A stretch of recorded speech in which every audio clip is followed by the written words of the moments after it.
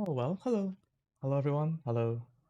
Um I hope everything is working correctly because this is something new that I set up. So if it doesn't work, let me know. If the audio is too quiet or something's not working, yeah, let me know. Um but I think it should be all right. So yeah. Hello everyone. Hello. It's HalcyonMusic here. And yeah, I didn't plan to do this live stream, so it's just meant to be something very quick, very fast, very short. Just want to do like a test run of this new setup, and might as well use this time to do some kind of like Q&A or review. So probably for this live stream is gonna be more talking and a little bit less playing, but of course I'll still be playing a lot. So don't worry about that. But I think just this one, I'm gonna try to see whether this new setup works. And yeah, and of course, if you have any thoughts about this, let me know in the chat as well. Uh, Let me just post it in the chat also.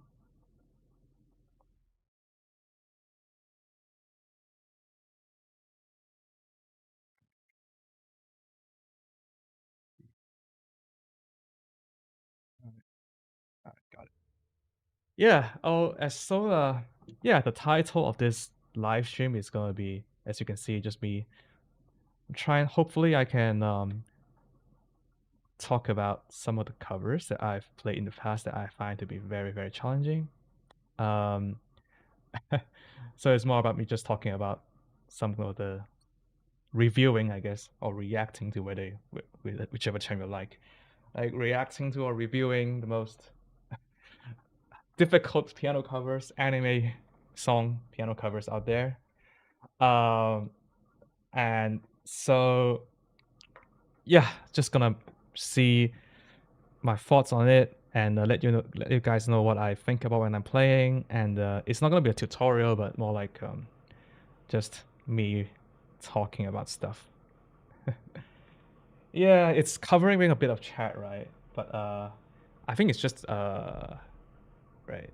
Maybe I can move it a bit. Let me see. Wait. Oop, I can move it. Yeah, okay. Yeah. All right, that works. Yeah, I think yeah, I also do a stream on Sunday probably. So this one is just like a ad hoc impromptu live stream. So yeah, without further ado, I think we should start. Yeah, so I thought about a new song, a few songs that I'm gonna look at. But the first one is definitely a song that probably everyone already knows about. Let's see.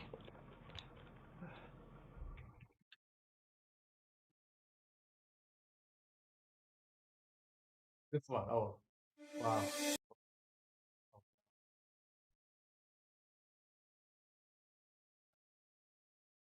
Uh, so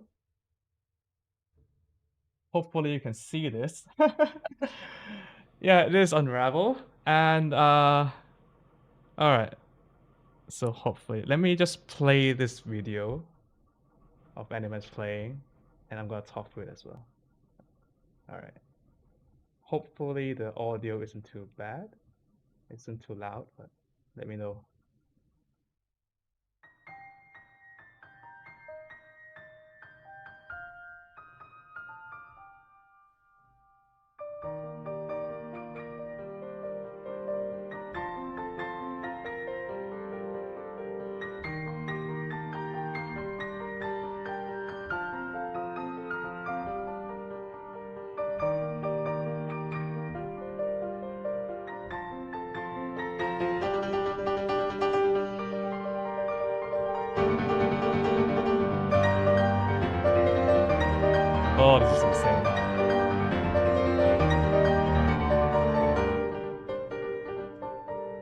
Okay, okay, wow. That was just like 40 seconds of Unravel and it's already insane.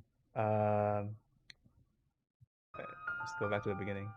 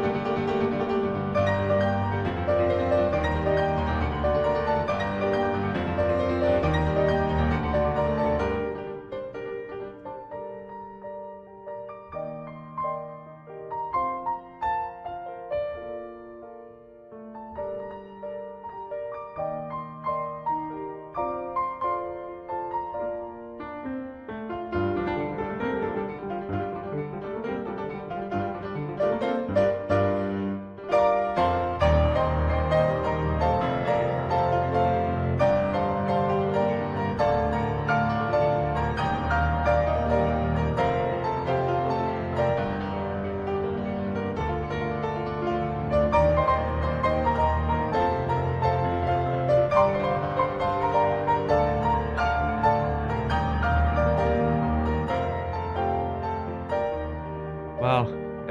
Okay, I think that was the first difficult part. Now it's a bit easier, like the next part here. Okay, now is a more tricky part again. The left hand is quite fast.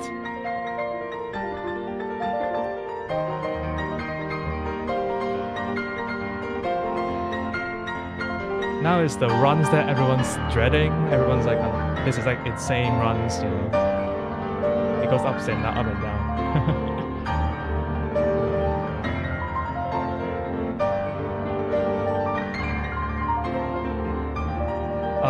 Yep. Let's see what's next.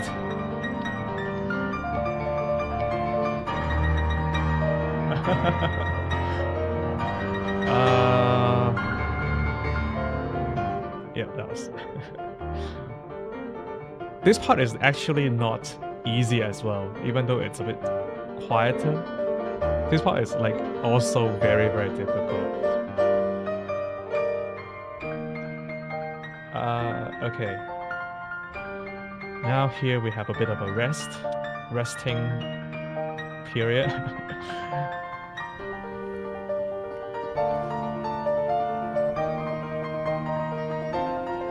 But here the left hand is like really, really hard. All the repeated notes are actually very, very hard to play.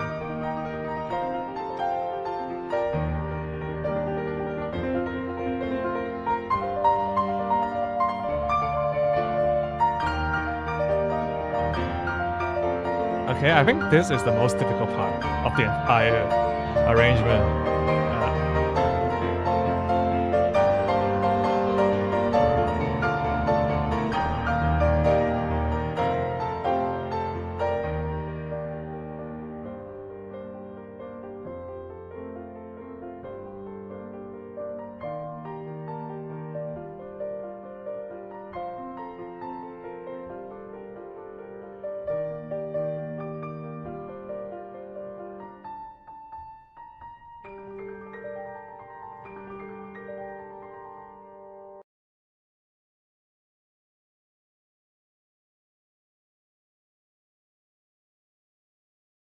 Let me skip this ad. Oh my, okay.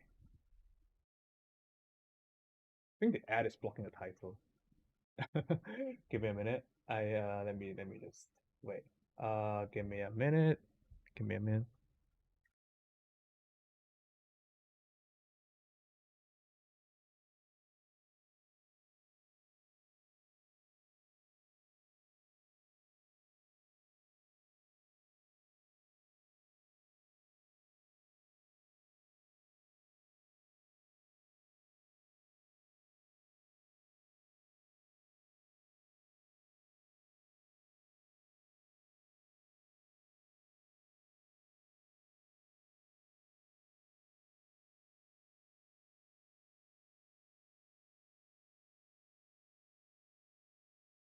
All right. Okay. Sorry about that. Okay. Let me try play it again.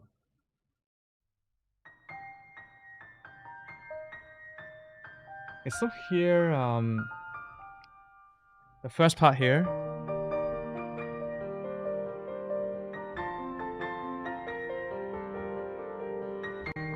Okay, yeah, here this part, right?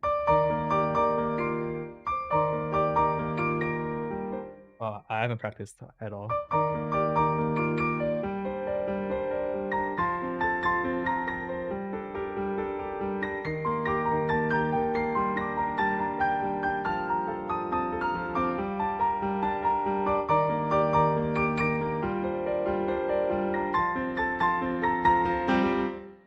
So this part here, is actually relatively straightforward. But I think the hardest part is maybe like, let me see if I can do this. Probably the hardest part is this part here where you have to kind of do some tricky fingering here.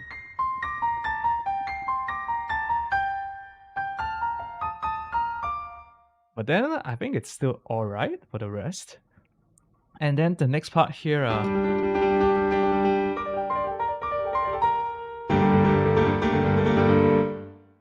it's definitely not easy. I think I'm really like impressed with how like Animans wasn't afraid of writing all of these like difficult parts. Um,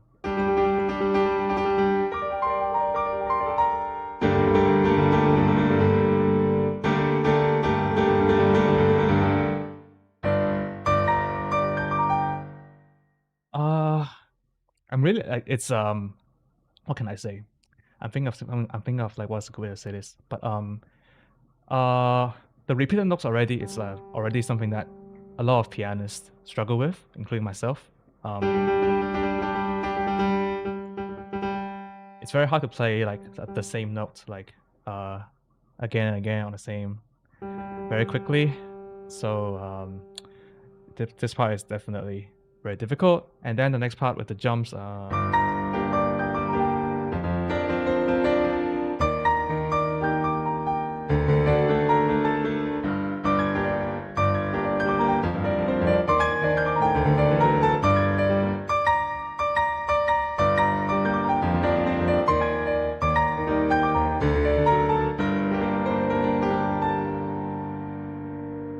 jumps here. Let's see. This one here, this one here, this one here, this one here. It's like super fast, but difficult to hit. Uh, and like you have to be very like competent and practice a lot. And it's and I think for most people, including myself, if I'm arranging this part, I will probably like don't play octaves at all. But Elements here doesn't shy away from using octaves to make it sound a bit louder and also more powerful.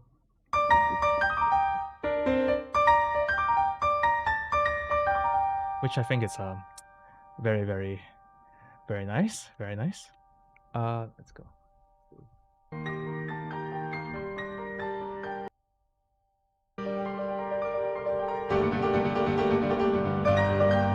And like somehow he manages to make that part sound so like rhythmic. Like I have no idea how he does it. He just completely makes it sound very dry and very rhythmic, which is very hard to do. And yep, that part.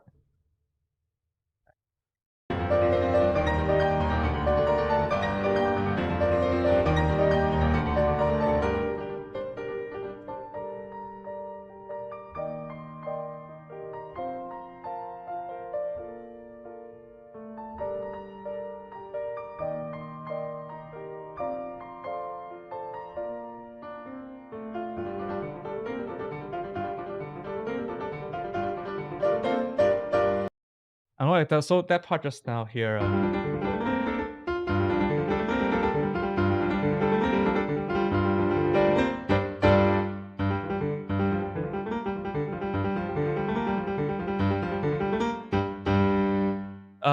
it's actually like a little bit of freehand technique. You can see and here he puts the harmonics in the top part,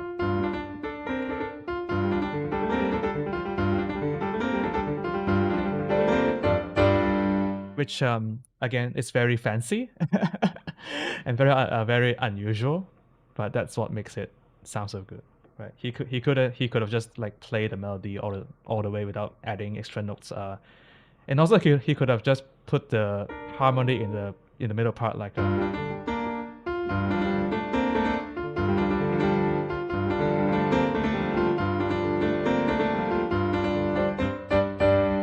but instead he put it on top.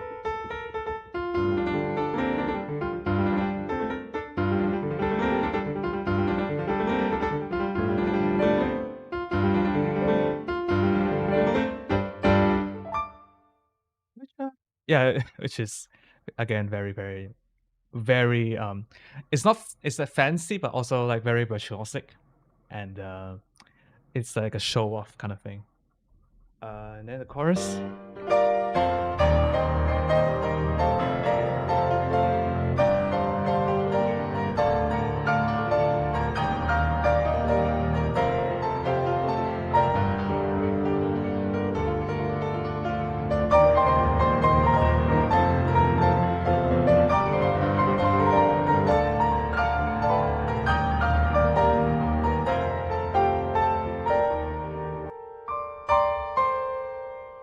Oh.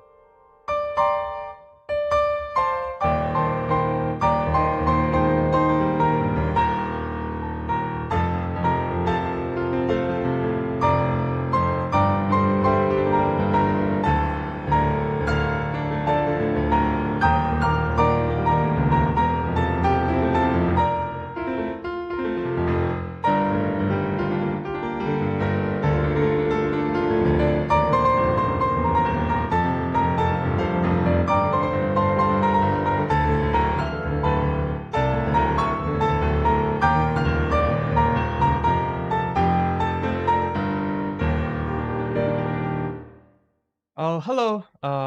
Hello, Asta. Why is it a test stream? I'm just trying to see whether this setup works, and I may not stick with it. So just gonna see what's the feedback and uh, like whether it works in the live setting.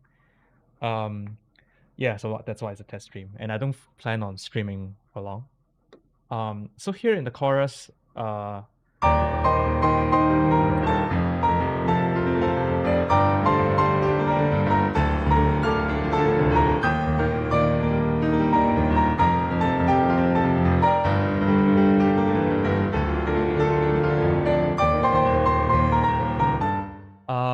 the first part of the chorus, it's actually more like an etude of like a practice etude of like left hand arpeggios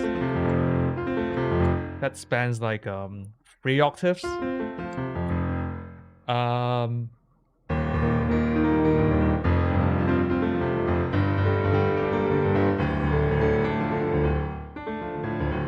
it's like yeah, if you have taken great exams, then you have practiced arpeggios like but then you have to do it here like very fast. And I think it gives like a very good like a very good sound effect of you can hear like the bass is just rumbling, with especially the pedal, like all the arpeggios, they make like a wall of noise, a sea of sound that like really how can I say, like really adds to the richness of the sound instead of just having something simple like when you use arpeggios like these, it's a lot more noisier sometimes. Um, and it could sound a bit muddy, but if your pedaling is done right, I think it's very effective as well. Let's see.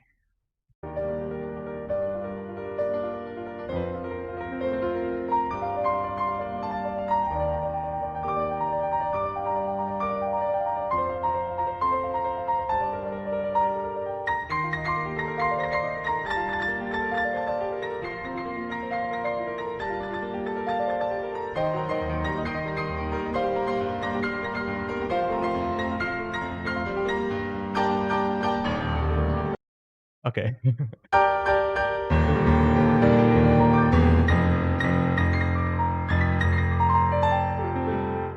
I haven't played this in like a while, so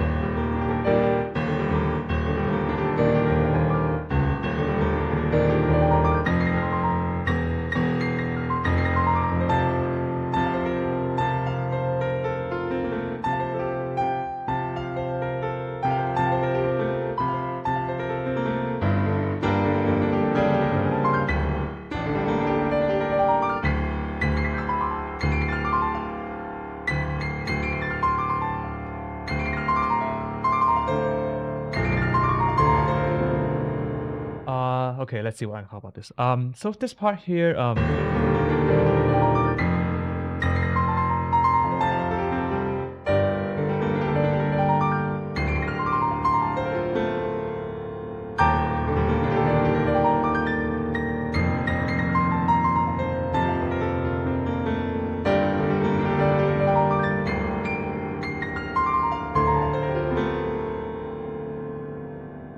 it's actually like a variation of the main theme that's in the original song.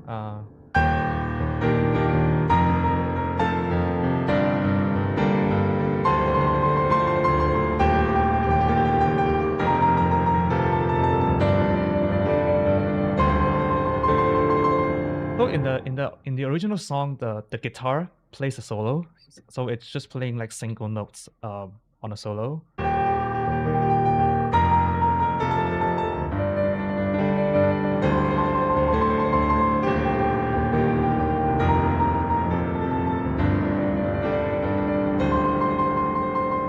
But here, if you add a bit of flourish and use arpeggios again, like runs like these, and then you can transform this passage into something like that's very, very, very um, virtuosic. So here, instead of just playing single notes, Elements here basically transforms every single beat into like arpeggio. So it goes like here it's just a filler, and then here is the main melody.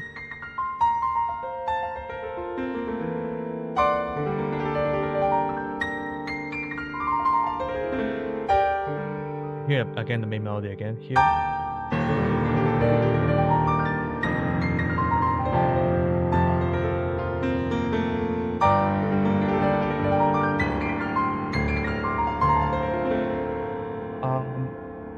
And so actually this is actually very, very common in I would say like piano concertos, something like that, in cadenzas, and like very virtuosic displays of like variations of the main theme. Like for example, I think in like the Prokofiev second piano concerto, we have like this. I don't have the sheets right now, but like you often see like the main theme being like stretched out into like a sea of notes, but then you have all of these accented beats in the middle that actually like signifies the melody, which is kind of cool.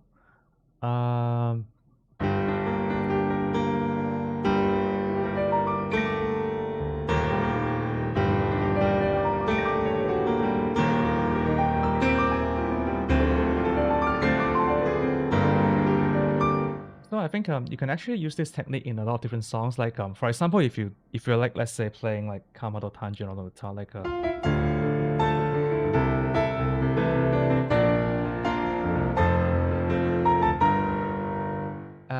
and instead of playing just like the main melody by itself, you can do something that like something similar to what Elements does here. So like for example, let's see.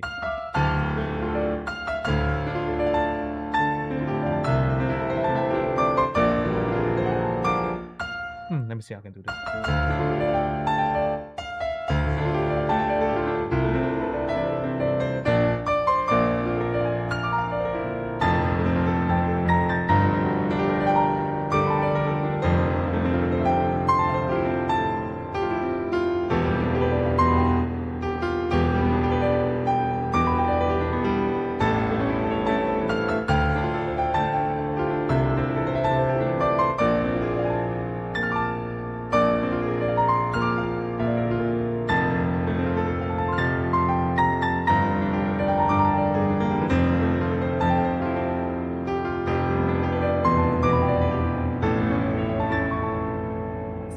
add to that effect. So you have yeah, something like that.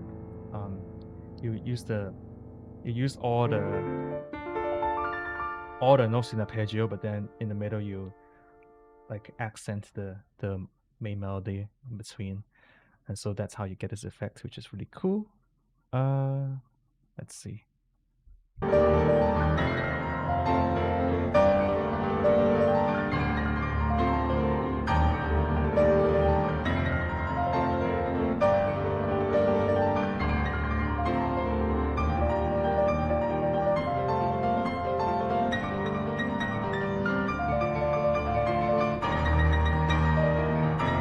Oh, this smells crazy. Like even if you watch closely, even animals can't play every single note here, because I don't think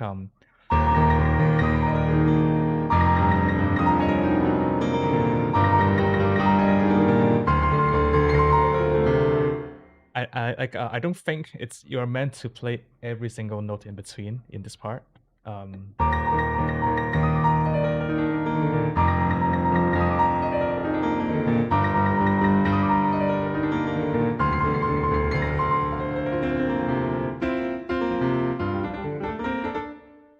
I think here it's less important that you hit all the notes, but more important you get the effect of that like waterfall going down.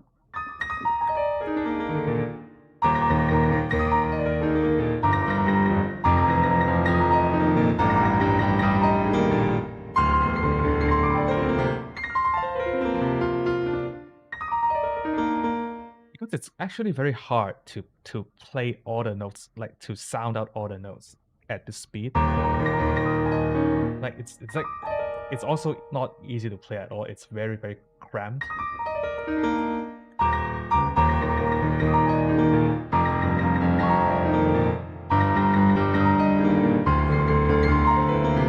And I think here what's important is that you go for the effect.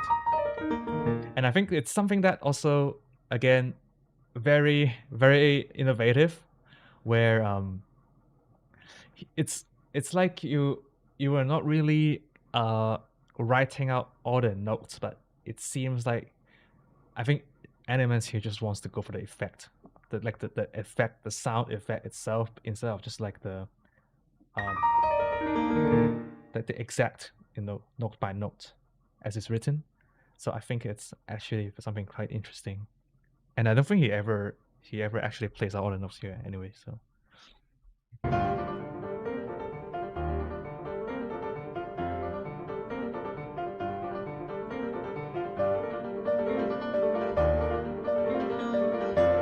Oh, this part is like so hard. This part is so hard. Let me like it's like this part here, this part here. This part is so hard. The thing that makes it hard is like you have the main melody in the middle, like sandwiched in between two voices.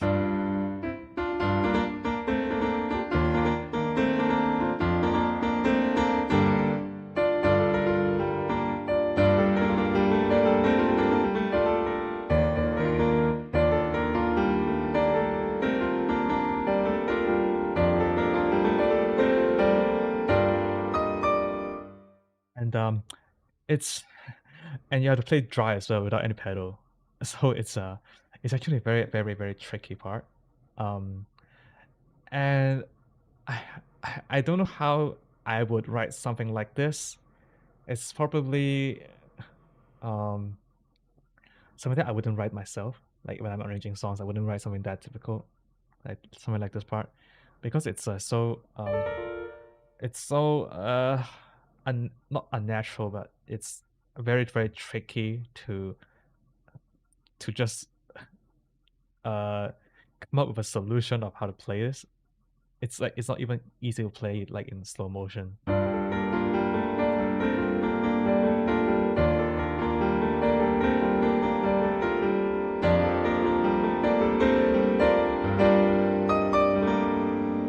Oh yeah. So I think this part it's really, really hard. Again, I could say the same for the entire piece, but this part I think it's especially hard because the main melody is actually sandwiched between like a lot of voices, and I don't know. I don't know how he could come up with this idea here, but it sounds so good as well, which is just amazing.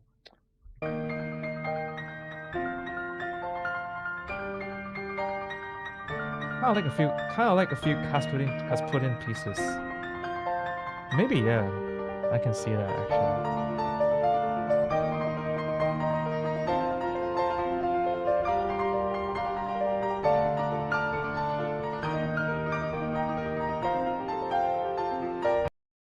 Um, this part reminds me of like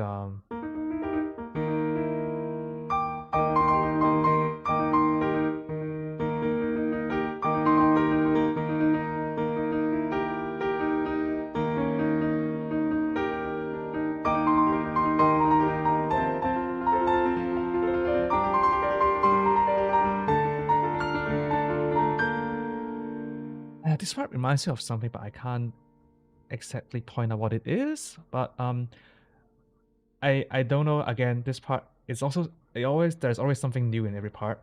Like this part here, what's new is that he added all of these like repeated notes in between, which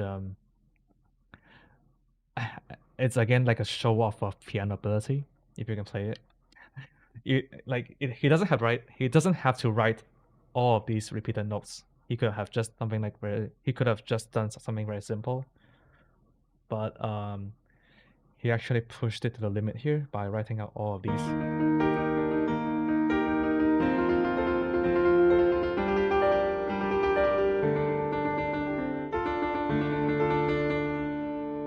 So here, what fingering do? Okay, well, white case. Sorry, white case. Other way asks, what fingering do you use for this part? I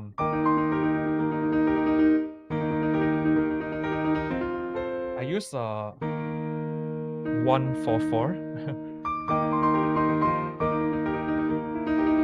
and then when I go down, I just 4 1 1.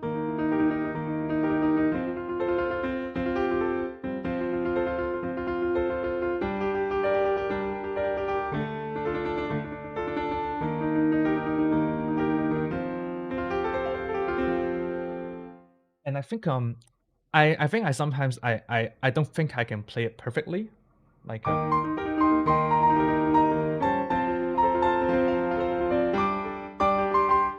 can't play this in full speed right now. I haven't practiced this or like touched this piece for like 2 or 3 years, but I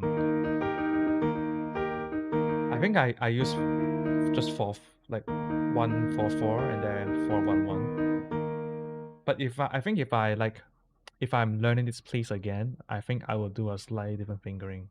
I'm not sure. I'm not sure. I'm also not sure what fingering Animus uses as well.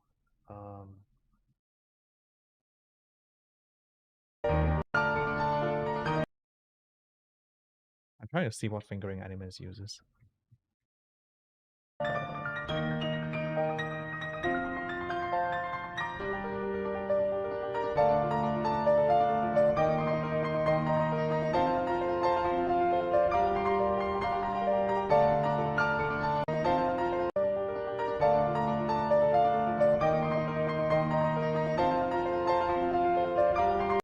I think he uses 3 4, right? Like 1 1 3 4.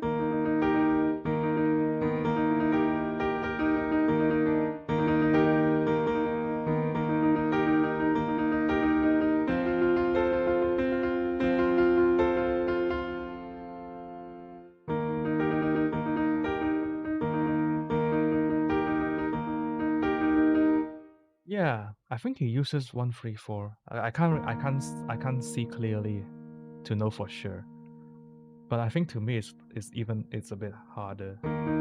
But I think if I practice for like maybe 2 weeks, then maybe it will be in the long term easier to play. I think if you use 1 3 4 here. Okay.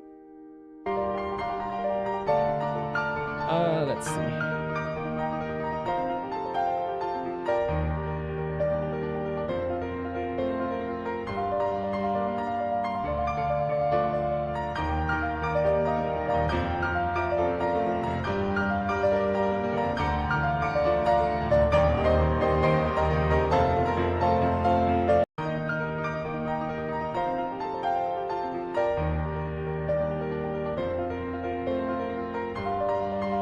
Okay, here comes the most difficult part of this arrangement.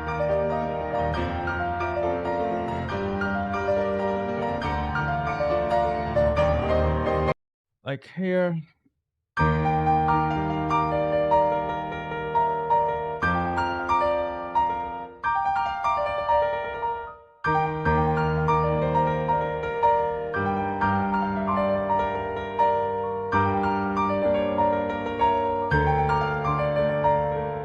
I think you're meant to use like 511, 511, 5121.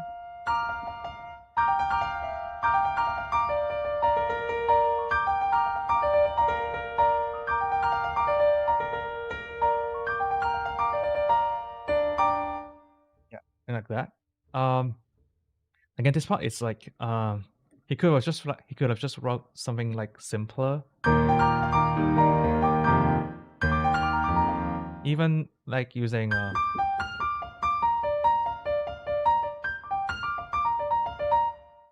would be like 10 times, 100 times easier, but instead he just chose the hardest thing. That he just wrote something like the hardest possible thing, the hardest possible pattern that you could think of for this passage, just because, just because. But yeah, but it sounds very good.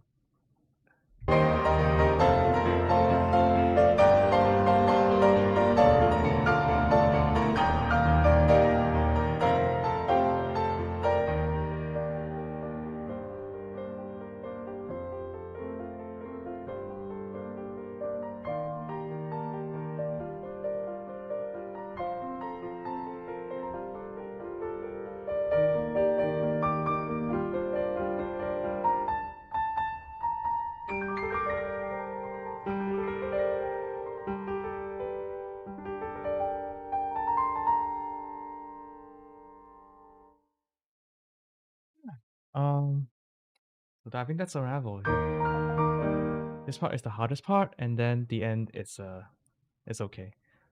Um, yeah, so I think that's Unravel. it's it has 100 million views. That's crazy. That's crazy, right? But if you can play Unravel, you can play a lot of other stuff. You won't have any issues playing like a lot of other stuff if you can play Unravel. But I do think that it is um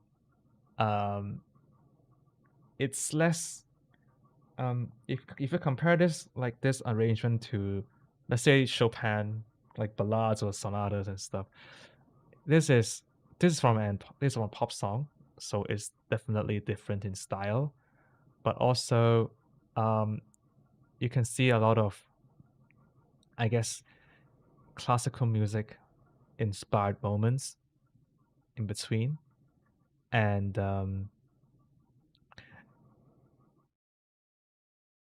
it's something that I think that what makes this arrangement stand out among all the others. Not only because it's difficult, but it's also difficult in a natural way, and so it's not just like notes flying up and down forever, but it's actually it has like a good structure. It's actually natural to play. It's also very musical. It's not something you just bang on the piano and hope for like a very loud sound, but everything there's like a soft part in between and a loud part, like contrast. It's all, and so I think it's all it's like difficult but in a good way. And so I think it's a very good practice for someone who is like advanced level. Uh yeah. So I think that's Unravel. Freak says opinions on the last part of Crying for Rain. Actually I'm not too familiar with how I feel Amiku.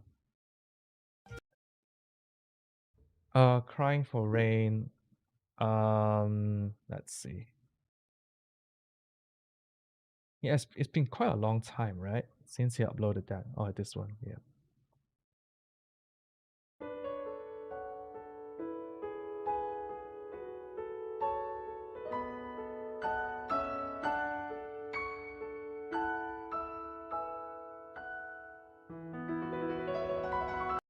Okay, I've never actually played this arrangement, so I don't know. I haven't actually listened to this in a while, so I don't remember how it goes. So this would be my like live reaction.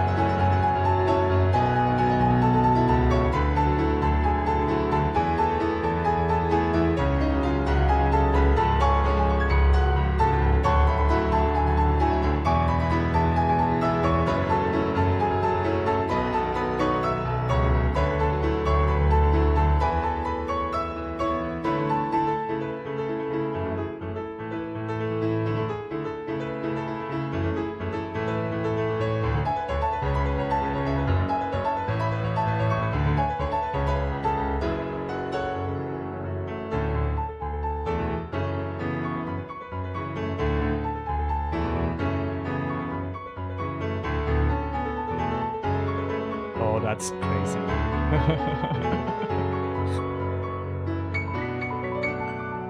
Wow.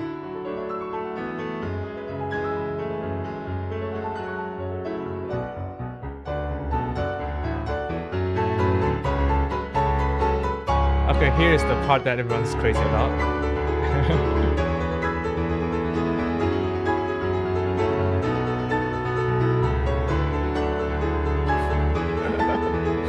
uh,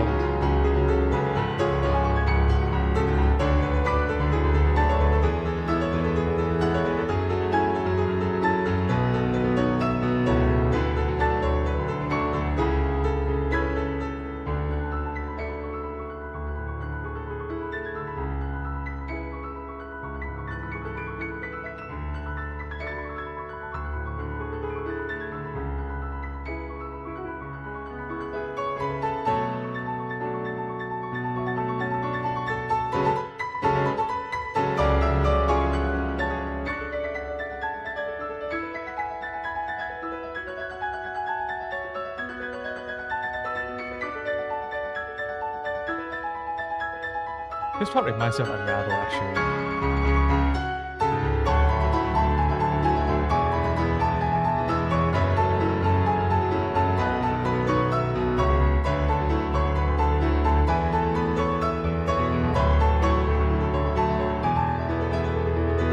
This part is like a slower version of Unravel in the middle.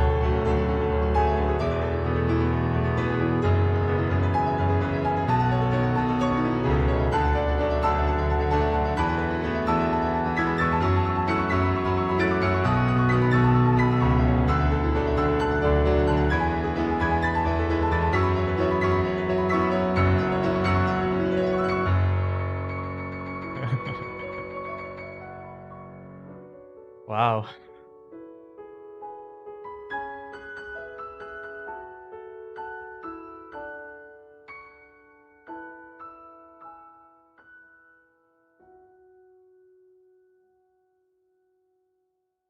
Okay, where do we start?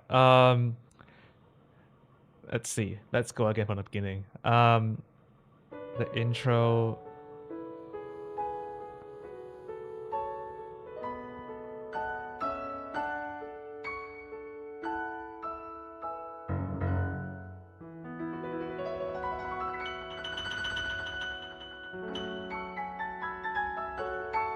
I like. I really like how he started like soft here. Um, because I think in the original song it just starts off loud right away.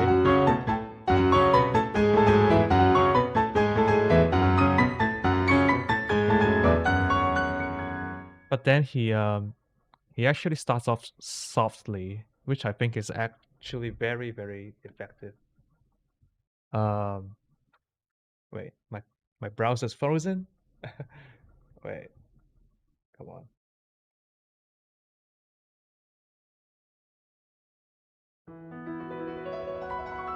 I think it's after this part, right? Wait, let me just pull up a sheet. I think I have a sheet. Yeah. Wait.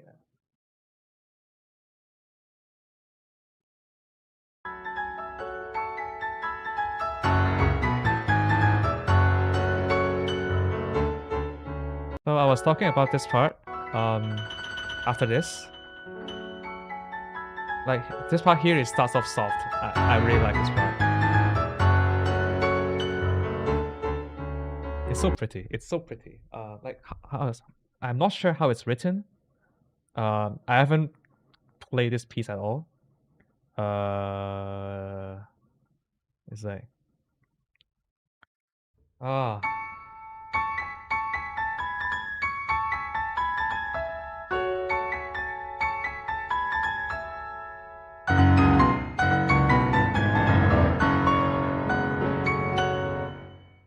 No, it's actually very simple. It's just like a tenth. Um,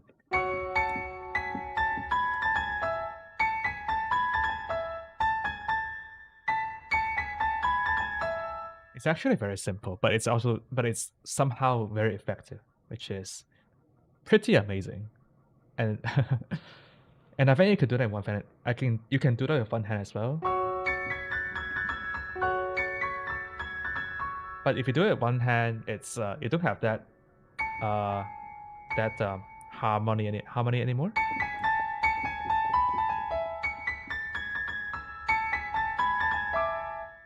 This part is very pretty. I like it a lot. Okay.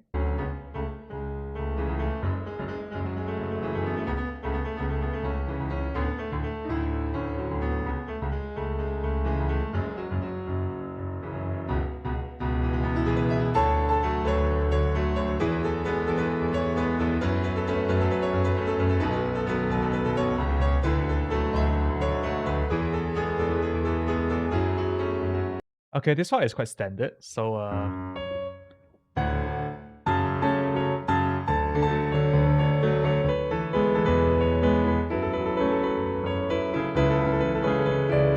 something like that. Let me try that again.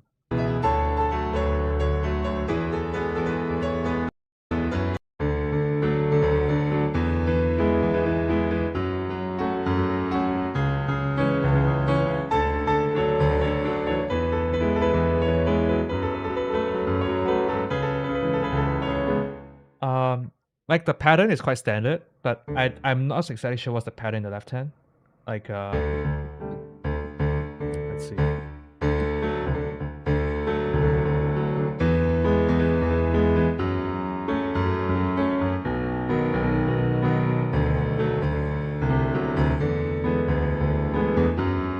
Okay. Yeah, so this part is it's quite straightforward. Nothing much to say about this part. Let's see. Let's go.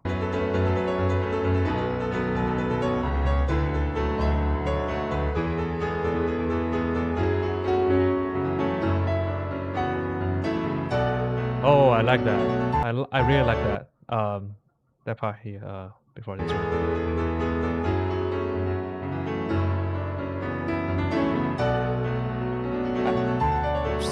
I like how he added this little. It's not in the original. Like in the original, it goes like but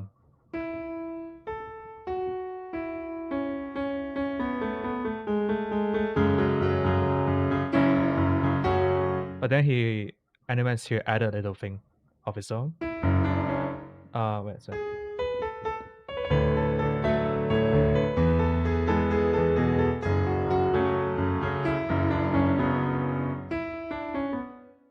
Which is again very nice. Something that's not in the original. Or maybe it is. I just missed it. But anyway, I like that a lot.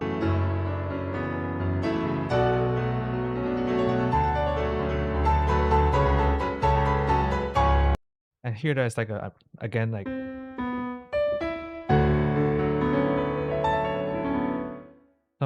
something that goes up and down. What's the arpeggio here actually? Let's see.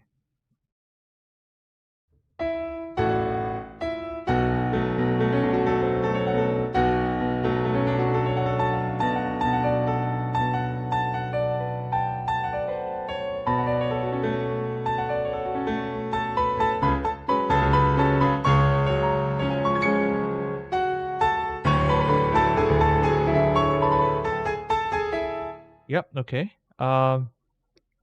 That's quite nice.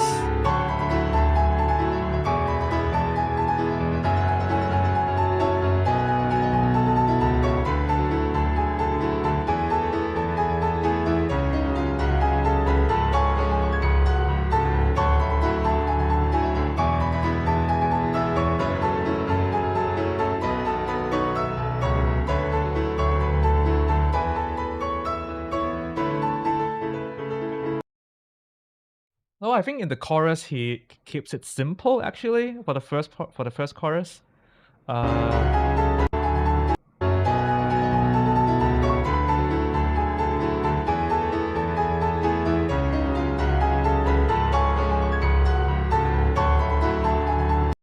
so it's all the way the same thing.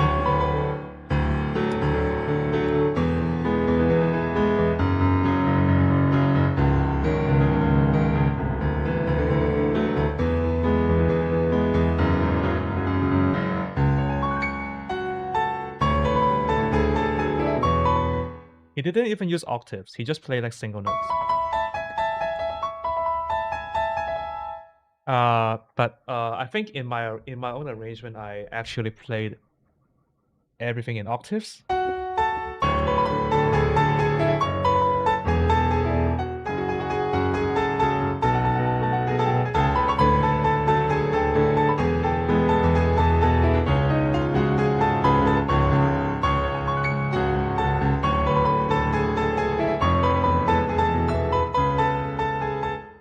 So I'm actually quite surprised that he didn't go for like the octave spam here, the octave spam. But it still works. Okay.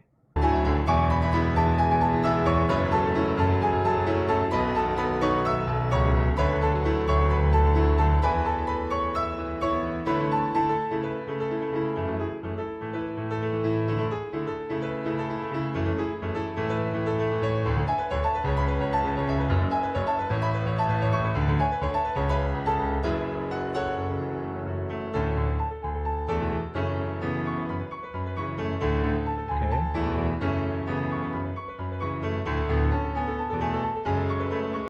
So this part is like a freehand technique part.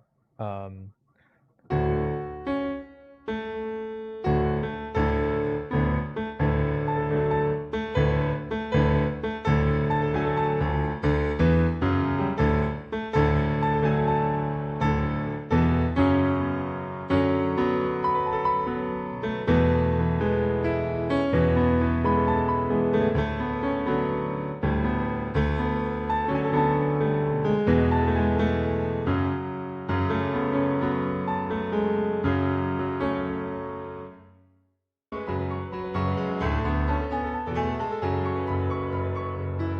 so it's this part again like like where he shows off the freehand technique. So the left hand plays the melody,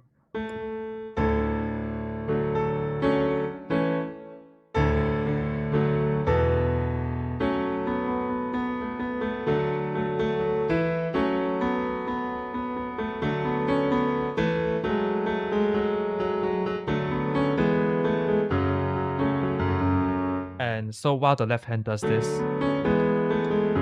the right hand goes like.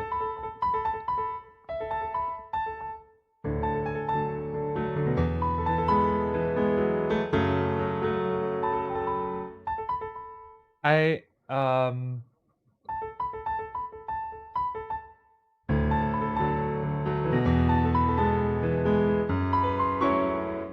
actually, yeah, this part I think reminds you of a bit like the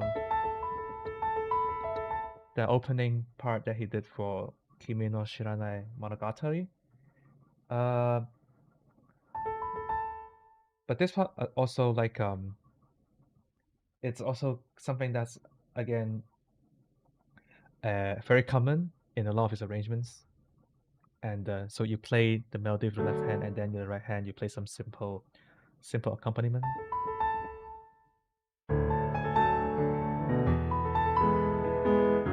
Yeah, so this part is quite nice.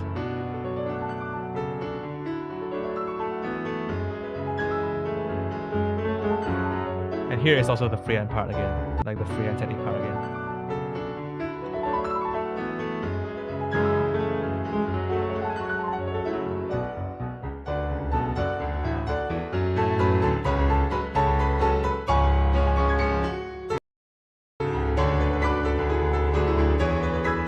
Oh, this part is crazy. What? What?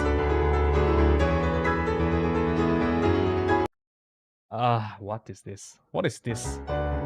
What is this?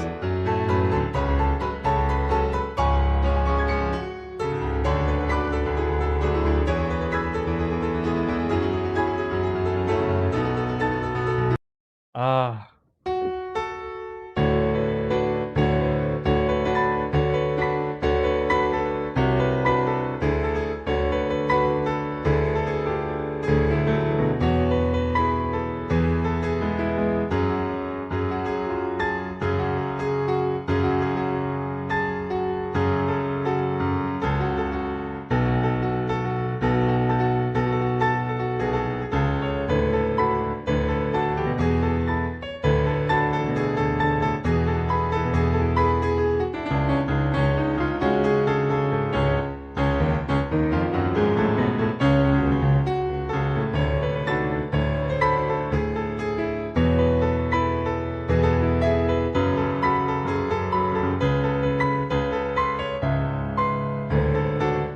Actually, yeah, surprisingly, this part is actually not that hard. Like what Freak said. Yeah, you're right. Actually, I feel like this part it looks very hard, but when I try to play it, it's actually not so bad.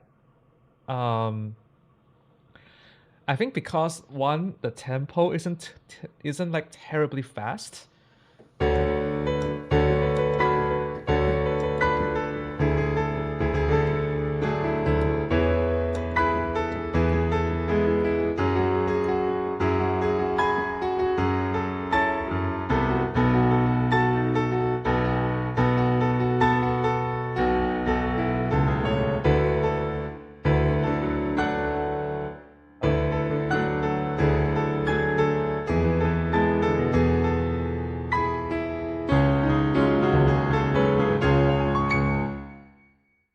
It's actually not that hard. But I think that it's not hard to hit the notes, but I think the hardest thing to work on for this part is the fluency. Yeah, like what Freak said. Like you have to play it as if the main melody is being played with one hand only. You have to make everything like super fluid.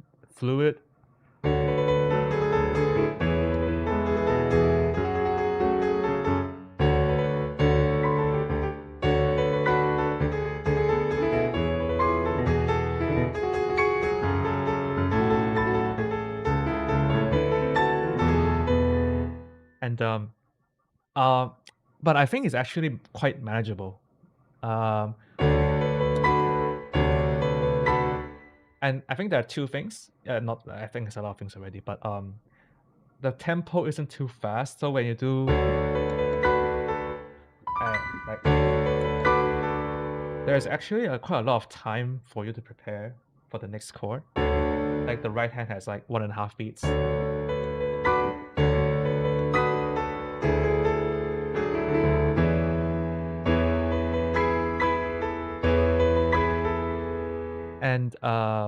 And so there's actually, I think, enough time for your hands to prepare launching itself to play the next chord. Maybe the left hand jump here is a bit hard at first,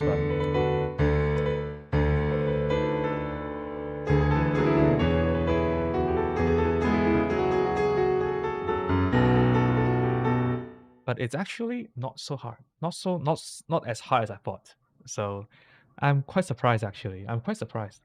And also the next 4 bars here.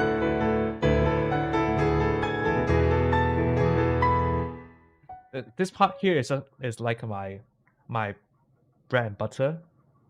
These like little white jumps.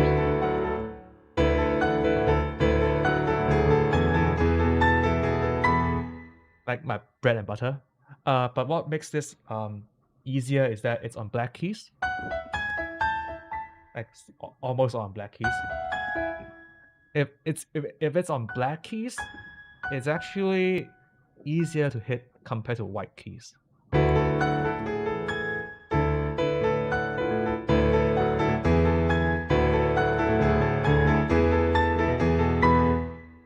Because with white keys, there isn't like an anchor for you to aim for, but for black keys, it's you don't have anything next to it for the black keys, right? So if you do the jumps, you can there's like a bigger margin of error on the black keys that you can use. So I think it's actually easier on the black keys. On the white keys, it's gonna be a lot more difficult. And here also the tempo again is not it's not super fast as well. If you play like 1.5 times the speed,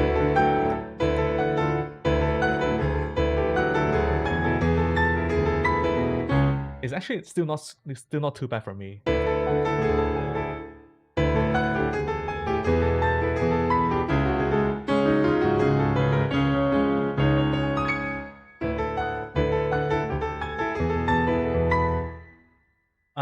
Because there are like a lot more tougher passages in like classical music, I think. So this part is I would say compared to like let's say like Mephisto Waltz, right? I can't play that.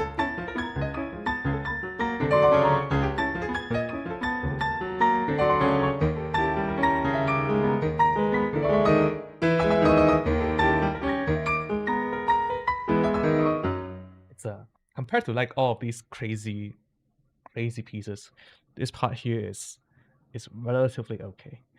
It's okay. It's actually not so bad. Yeah. Okay. But it still sounds very nice. And it's certainly a lot better if you add some variations in the repeats. So it's overall still very nice. Yeah.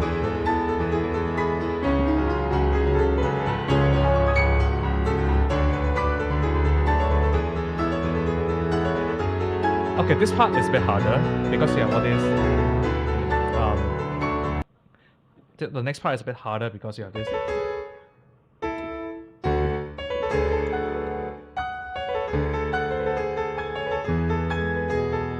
So there's less time to prepare, but it's still, I think it's still okay.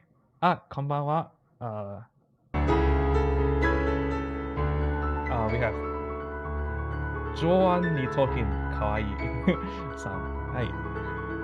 Konbanwa.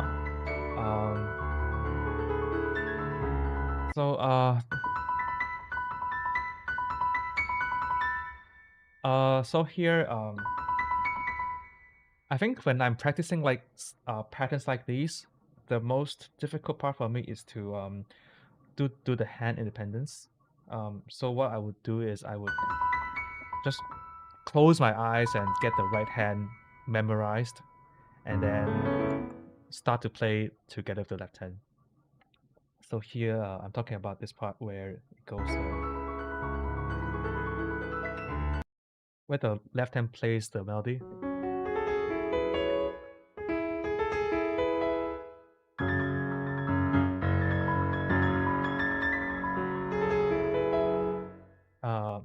So I would always start with the right hand and then try to add the left hand slowly. But it's not like technically difficult, but it's just mentally hard to wrap your head around like these tricky parts where the two hands have separate rhythms.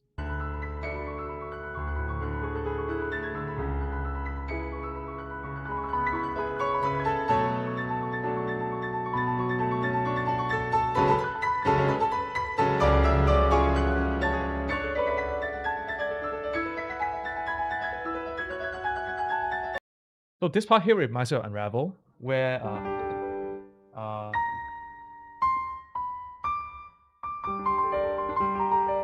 think in the middle there's like one part where, like that part, right?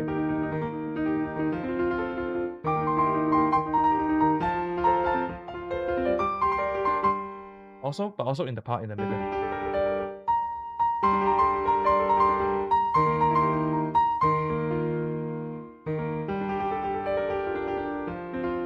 Also the part after the first chorus, if you know what I mean. It reminds me of that part in Unravel.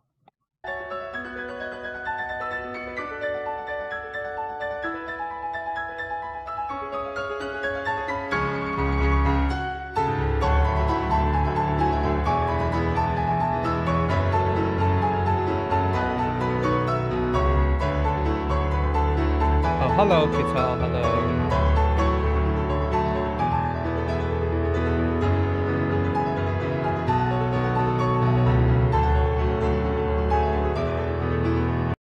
Okay, let me start this part again.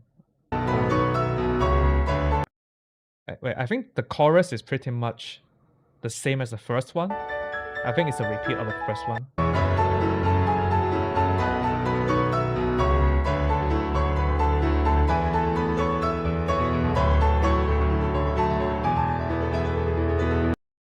So here, this part here.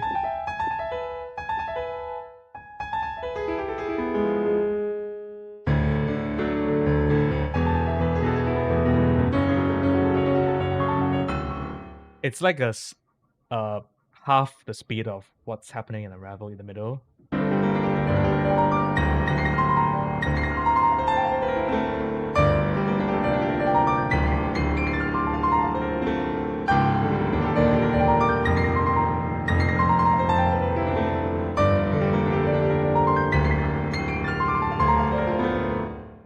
So it's it's like what's happening in Unravel in the middle in the guitar solo part, but it's like half the speed. Something similar.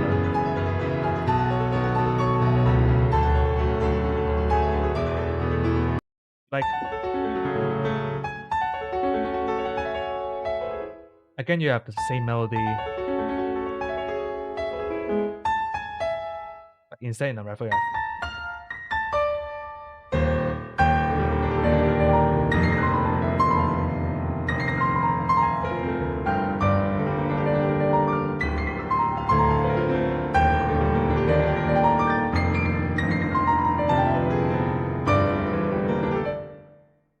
so it's this part here is actually quite similar to Unravel. Hello, Nayu.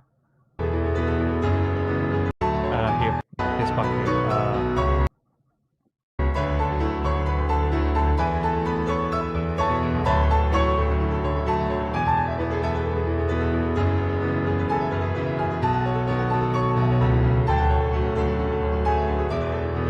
Right?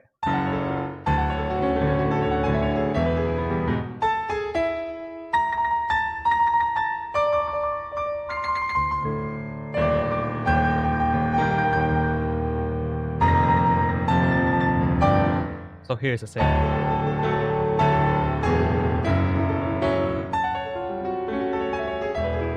Something like that. So it's a similar technique.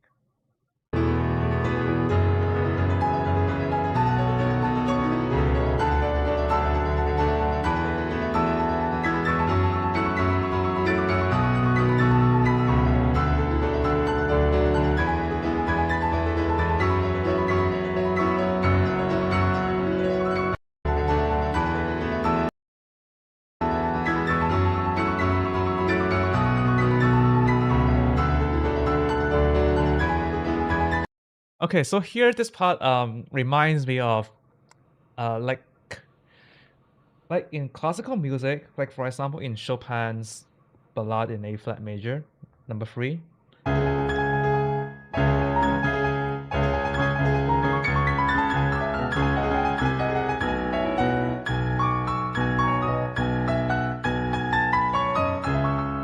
I haven't practiced that one for a while, so I forgot how it goes, but it's like something like this.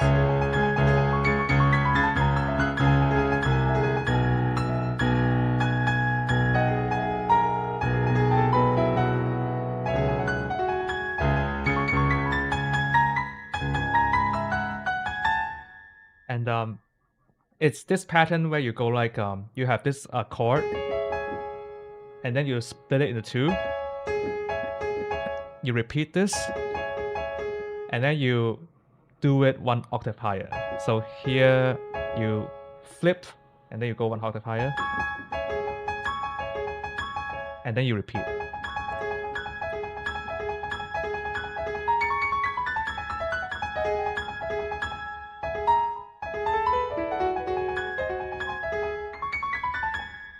So here, it's, I think it looks like the same thing.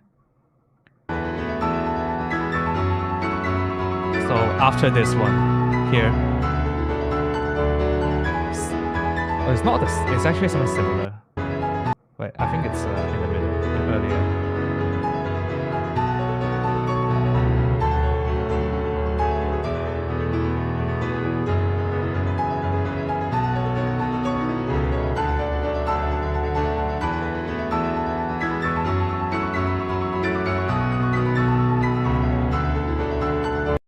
So here,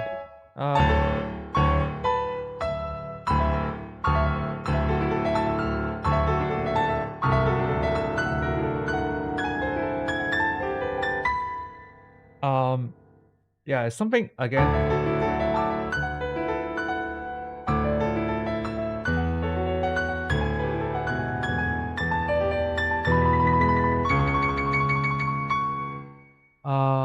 So, it looks something similar, and I think the tricky part when practicing these kind of patterns is that at least for me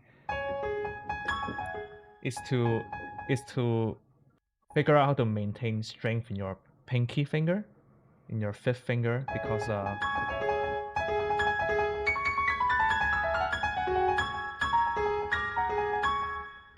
you have to kind of lean into like the top note, but it's actually it's very hard to put strength into your pinky like this.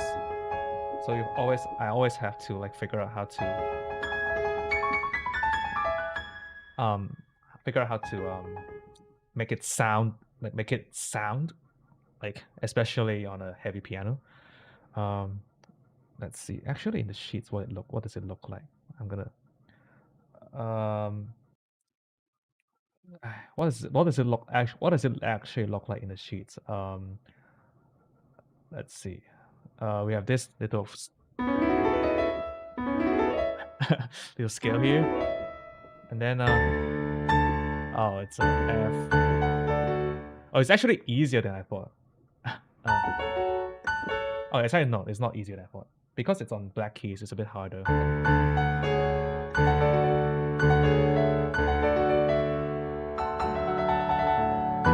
And I have small hands, and I can't reach that comfortably.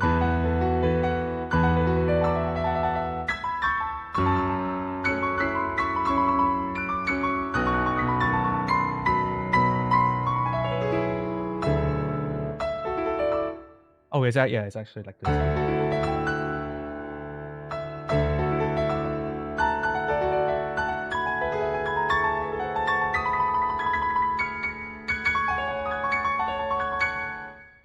So it's I guess I find it a bit easier because I have played like classical music pieces like this before. Like what I said, the Chopin Ballade. Let's see if I have the sheets actually. Wait.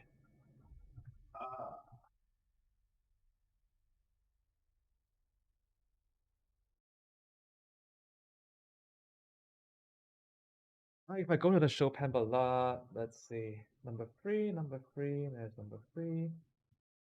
Yeah, here. Yeah.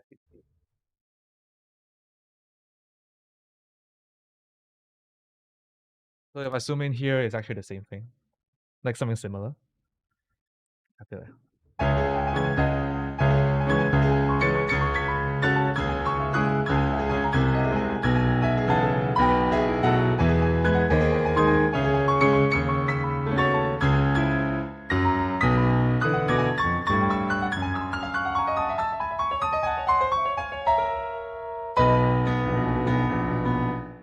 So it's yeah.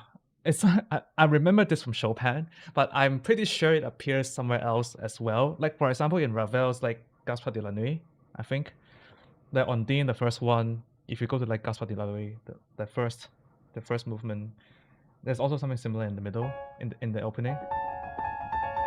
After this terrible part, you have this something also similar.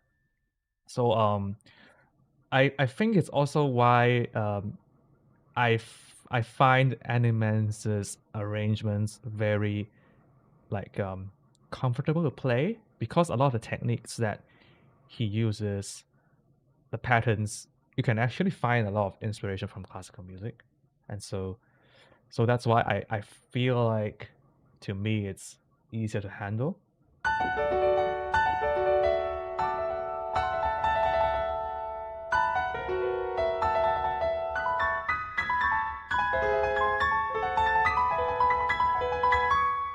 Uh, so yeah, I think that's pretty much it. I think that's the answer.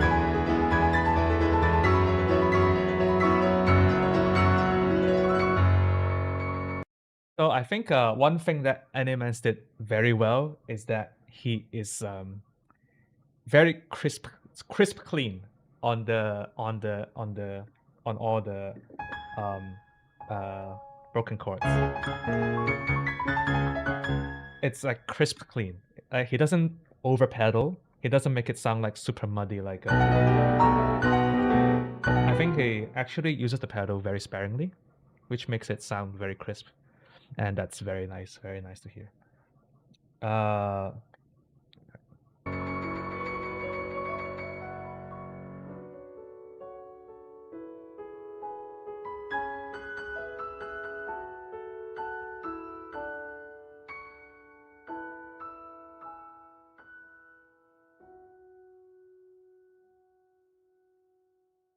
uh-huh, uh-huh, uh-huh, uh-huh. I don't know why this umbrella at the end. I'm not sure what that means. I haven't watched the anime. So yeah, I think that whoops. No. Shut up. Shut up. Why are there post ads? I hate this. Okay. Let me just okay. So I think overall for this arrangement, like Kawaki wa Amiku, obviously I have my own arrangement, and I haven't played Animance's like arrangement of it. But I would say if I have to rank like the difficulty, I would say it's like maybe 7 out of 10, and I would put like Unravel at 9 out of 10. This one is probably like 7 out of 10 compared to Unravel. At least having just looking at it, haven't played it, but to me it felt like this is much more manageable than Unravel. Like there aren't a lot of like technically tricky parts. Um, where the tricky parts are, even when it's tricky, it's also a lot easier than Unravel. Like for example, in the second chorus.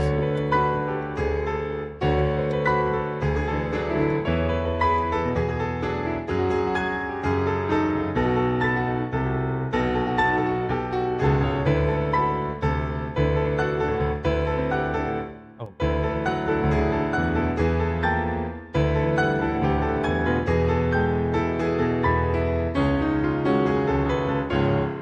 I can't do it right now.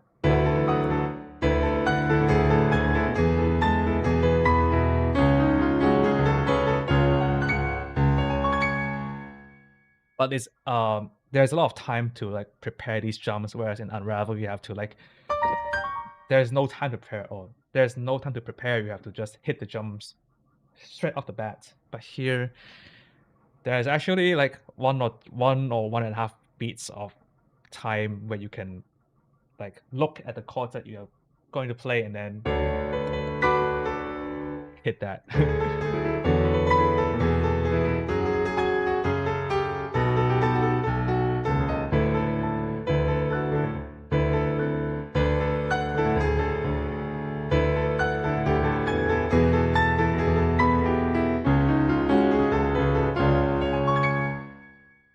Yeah, so I think that's pretty much it.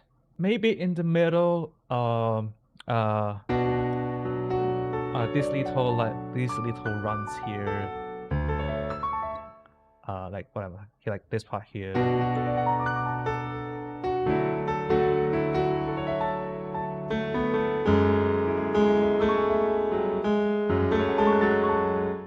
I mean, this is not hard, but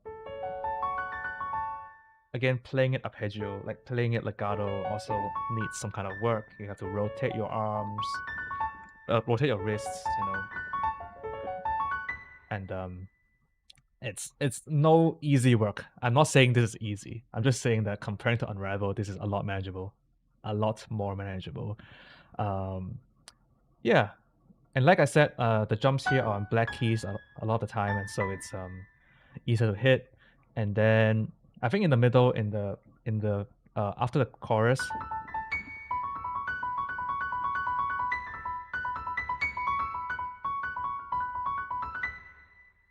this part also, I guess it's like also not technically tricky, but mentally tricky. And what I would do is I would just practice the right hand over and over again.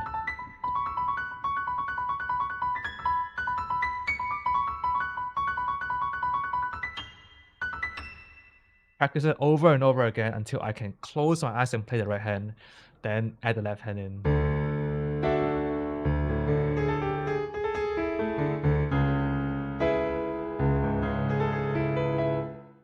and then play them together slowly. So, and then here,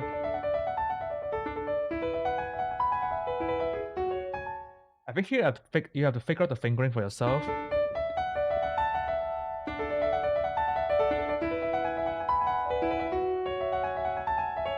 So what I use here is a 5-2-1 free, and then 2-4-3-2-1-2-3-1.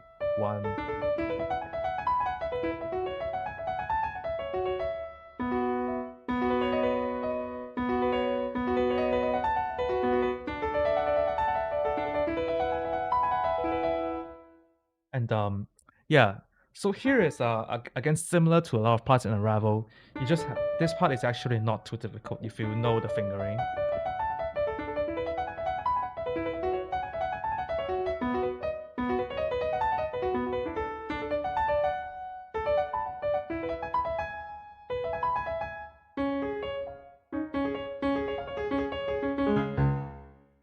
Yep. I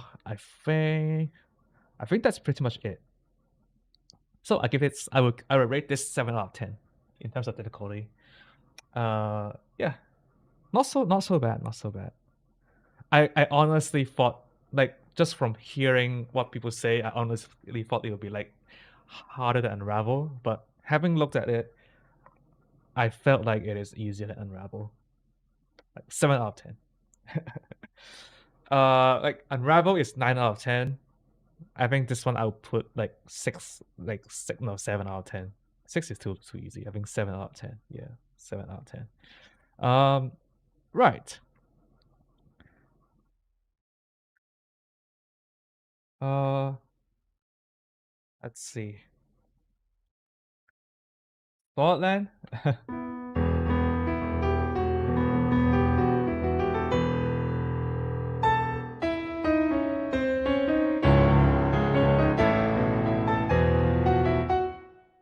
Yeah, let me see. I can pull up my arrangement of Swordland. Um, or does Animans have an arrangement actually? Hey, Freak says thanks for the review, no problem. Does Animans have an arrangement of Swordland from Sword Online? Oh, actually he does. Yeah. Wait. Oops, not this one.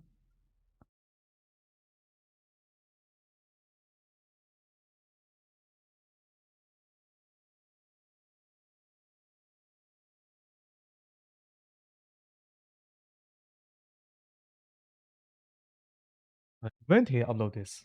It has to be like very old. I can't remember how long ago was this. Let me see. Uh, it has to be very old. Oh, hello from Japan says kutsu kutchane kutchane no kai san. はい、ありがとうございます。Actually, yeah, let me see. Swordland, Swordland.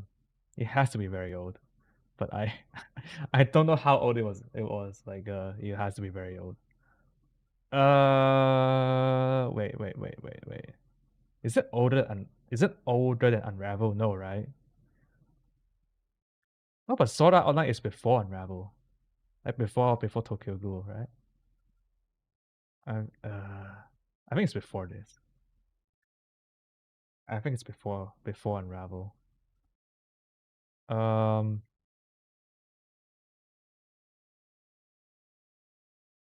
this is. I think this is too early. God, that is way too early. I can't actually find a Swordland from Sword Art Online. Where is it? Uh,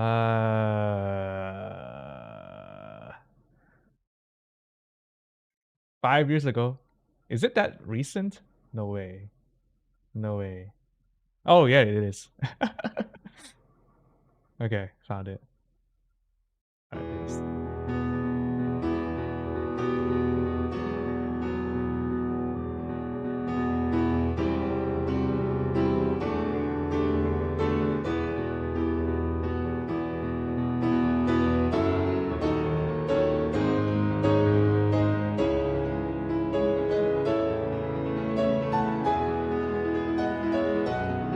Oh my god, the left hand.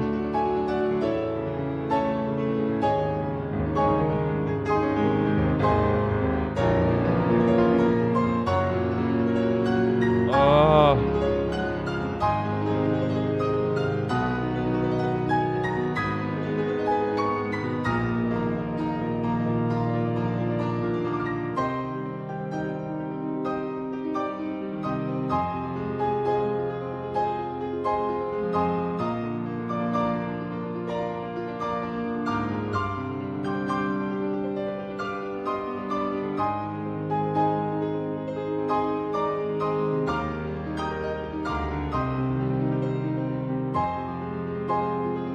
you know what? You know what this reminds me of? Like those Chopin etudes where it just goes on and on and on.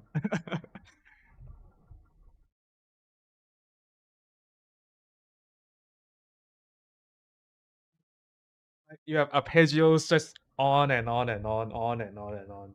Uh, like all these like etudes. This feels like this arrangement by Animan. This feels like an etude, like a Chopin etude. You just keep playing arpeggios, like what? Like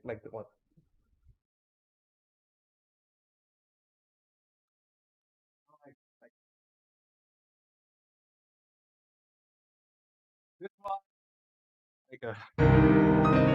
we just play arpeggios like for page one, page two, page three, page four.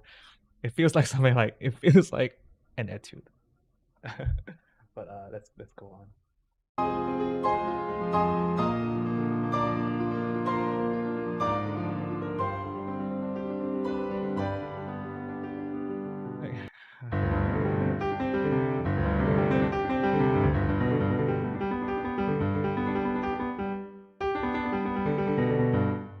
Ay ay ay.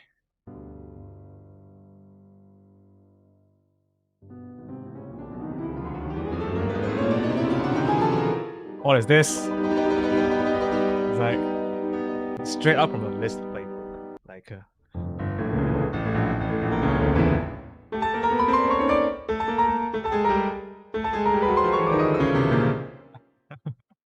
Like straight out of a list playbook. Okay, very well.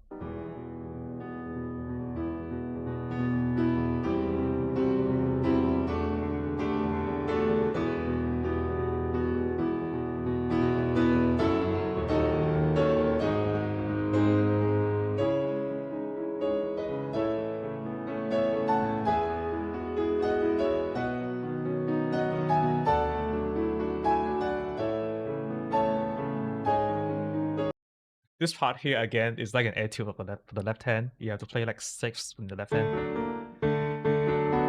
It's like testing your abilities to play like sixths or like fifths in a legato manner, in like a legato way. I don't know the exact chord, but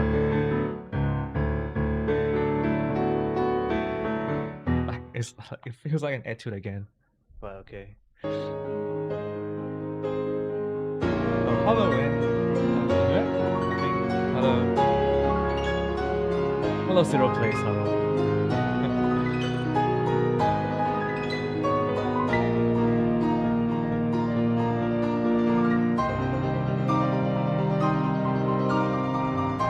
Okay, this part again, I think you could. I remember this from like Kawaii Amiku at the end, right?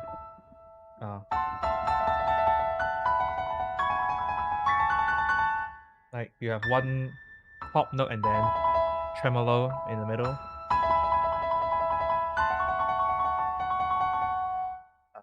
Like that.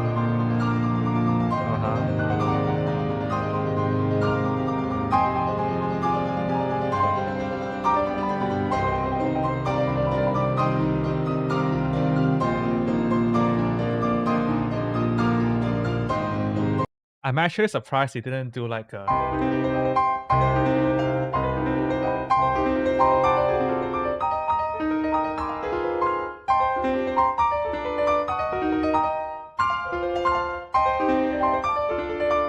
like copy the playbook.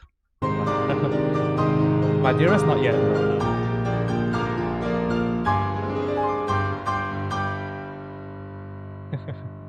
Okay.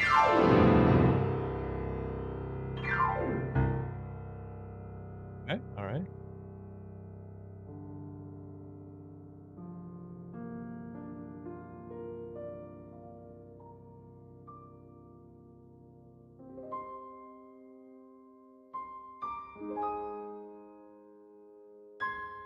GKTG says there's a classroom of the elite music which I like very much, yet no one other than Ray piano. Reva? Oh, there's no sheet of MIDI. Maybe if you ask Reva nicely, he will make the sheets for it. Like there's like a 0.01% chance. Yeah. Okay, so this is Swordland by Animans. So yeah, again, my first impression, this just feels like a Chopin etude, especially the first part. It's just arpeggios on and on and on and on and on. Like, oh my god, oh my god. I am I playing like revolutionary here?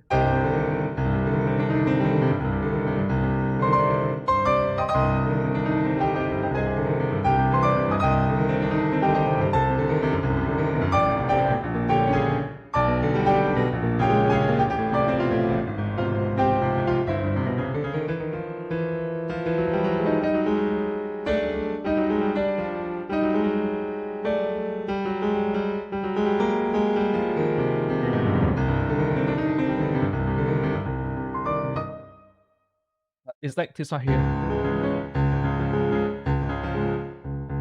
So here in Swordland you have like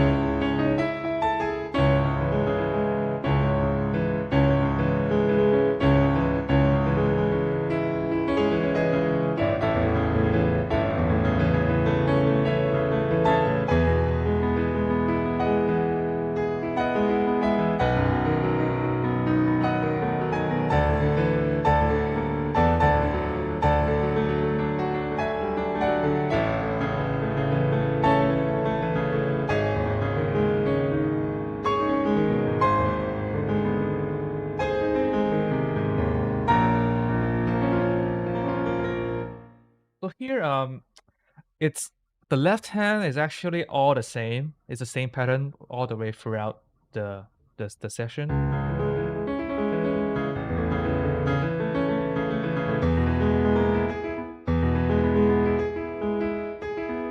But I'm not sure what's the best fingering here. No.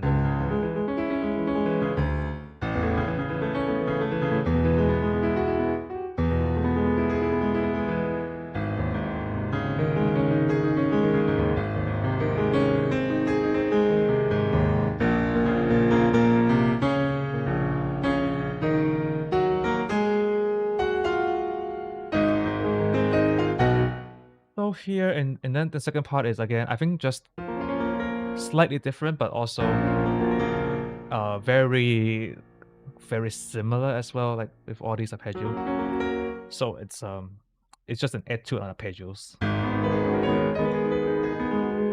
Like if you can play this, you can play like Swordland. Yeah, but it's not easy. Again, it's not easy.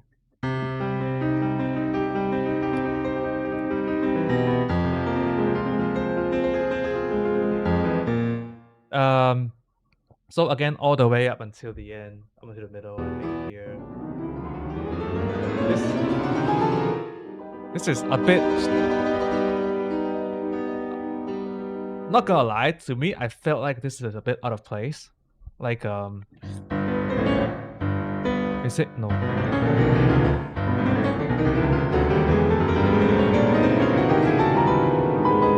What is this? Like, I felt like this is like a bit out of place. It's like a bit forced. I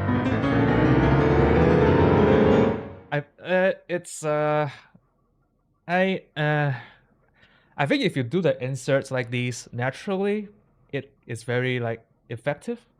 I think one example that I really like from Animans is like in his arrangement for like Amagi Brilliant Park OP. Let me try to find it actually.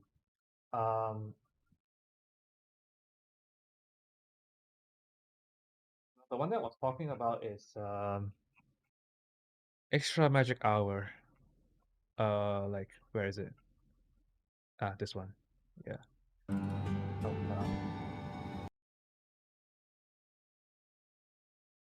but here in Extra Magic Hour, there's one part in the middle that I really really like.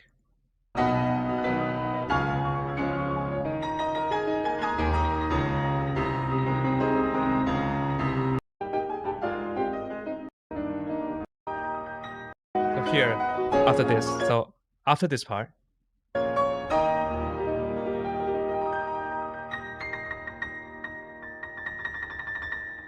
here.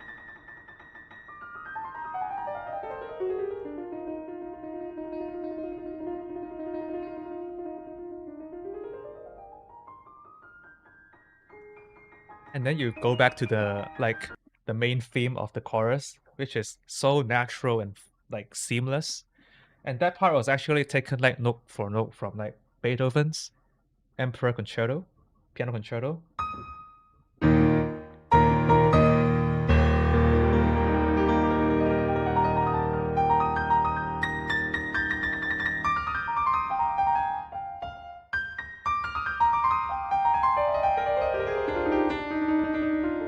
So that this one like is taken like directly from Beethoven.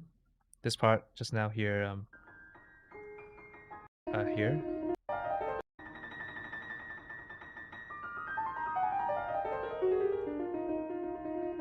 Yeah, it's just directly copied from Beethoven, but it's like integrated so seamlessly. Whereas in Swordland, I felt like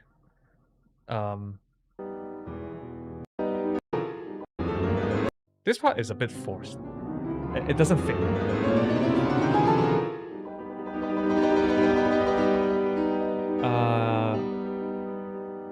Yeah, so that's what I felt like. That's my like little thing that bothered me about this arrangement.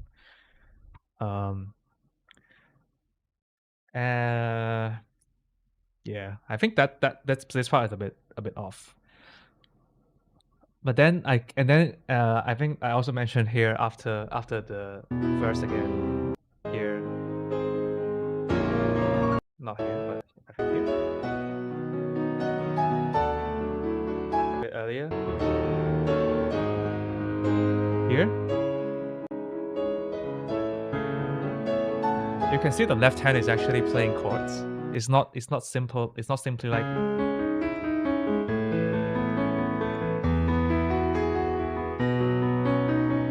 but it's actually playing chords.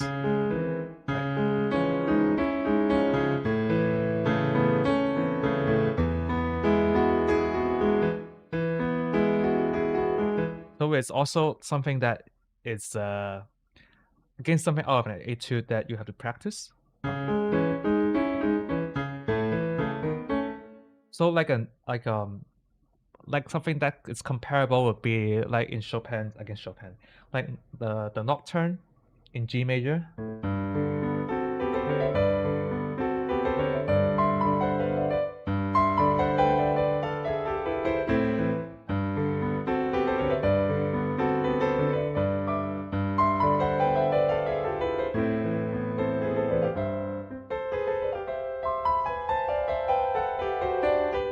You have all of these chords that you have to play legato.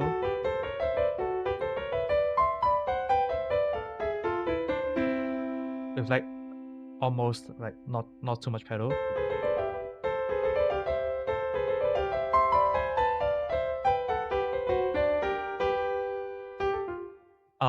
So again, it's a practice on like chords legato.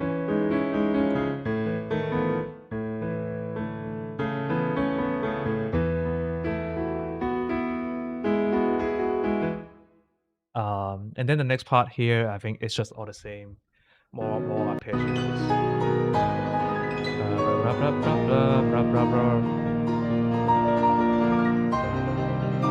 Yep. Yeah. So this like more of the same thing. Right. Yeah. Okay. So that's Swordland. So I felt like this one difficulty, I would still give this like 7 out of 10, or maybe 6 out of 10, because the arpeggios are actually very hard to play like well.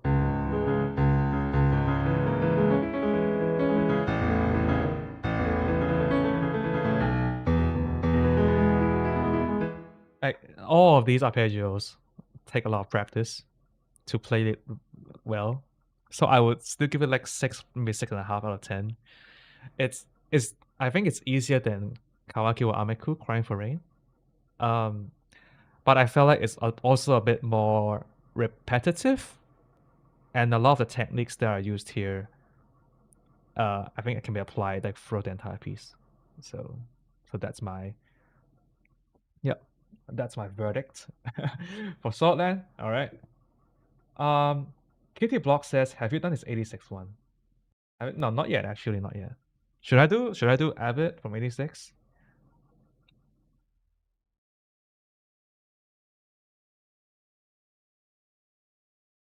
Hi, hello, Lord Piano. Hi. Um, yeah, we are just doing like a not reaction, but like some kind of just, oh my god, some review, or like yeah, I guess like review of it. Not, I didn't mean to review all of Animance's works. I was meant to pick someone like some other arranger as well, but like so far we've only been looking at Animance. Now maybe we could look at one of mine. Like instead of looking at Animance, we could look at one of mine. Wait. Uh,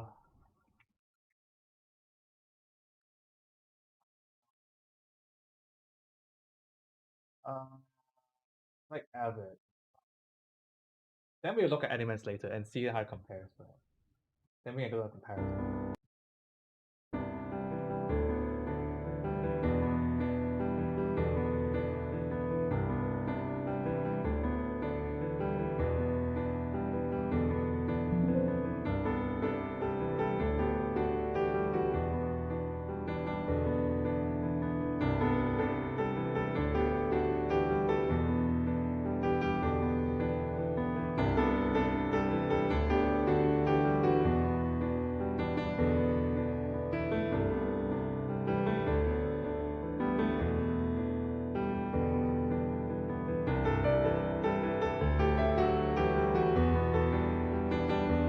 I'm actually quite proud of my arrangement. This one. I'm actually very proud of this.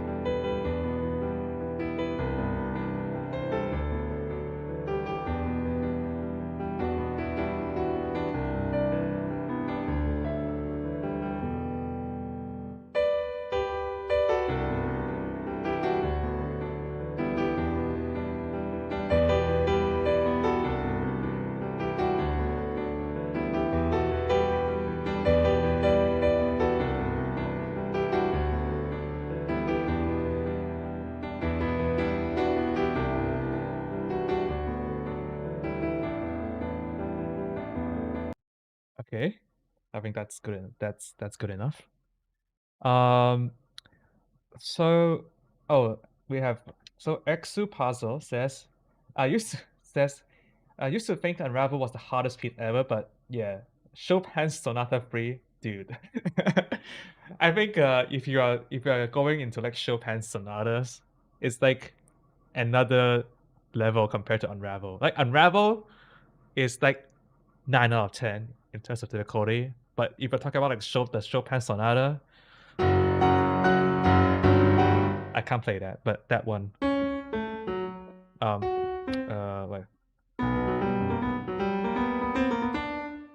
like if you are comparing to like Chopin sonata, like if Unravel is 9 out of 10 in terms of difficulty, and Chopin sonata is probably like 20 out of 10. I mean, it's not comparable. It's like a totally different level. Yeah. So yeah.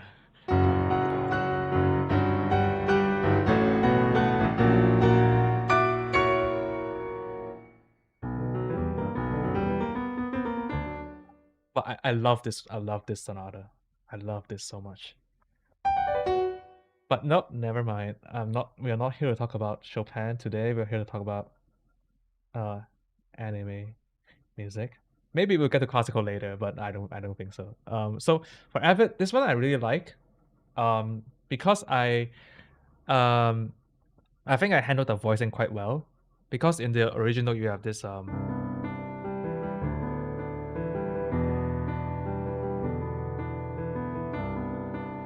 goes on repeating,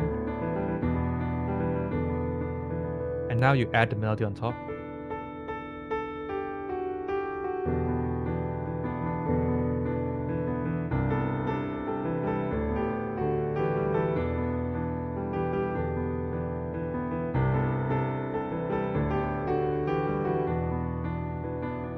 So I think okay, so this part here is actually not too complicated because it's only like two voices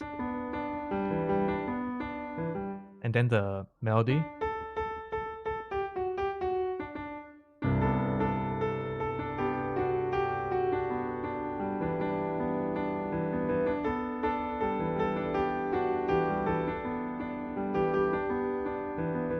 So this part is actually still okay. And then when you go to the B section, when we go to the B section, you have something more. You have this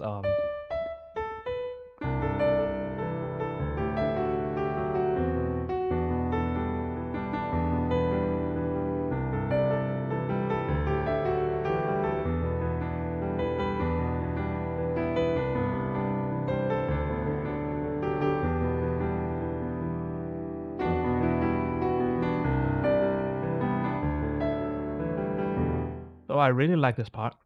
Here we have three voices. You have the main melody,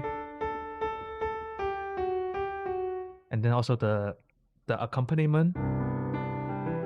So I actually skipped some notes here, but then also have the little bells at the top.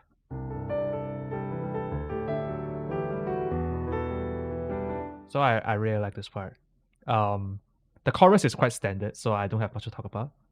So this is my arrangement of Avid. So let's see what Elements does here. Um, to be honest, I haven't listened to Elements' arrangement of this song, so I don't know what to expect.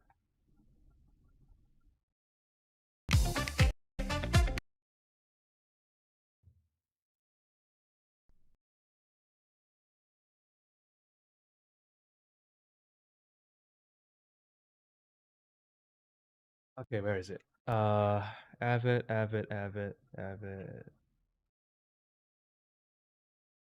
think I passed already.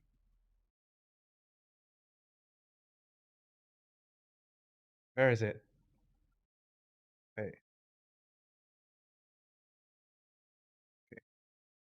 Oh, here. All right. Sorry.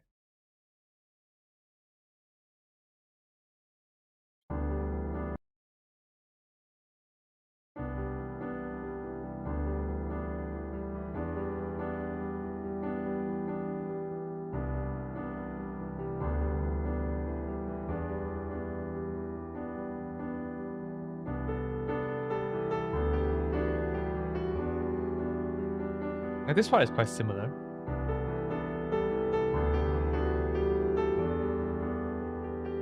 I think the notes are slightly different, but it's still quite similar. The voicing and stuff.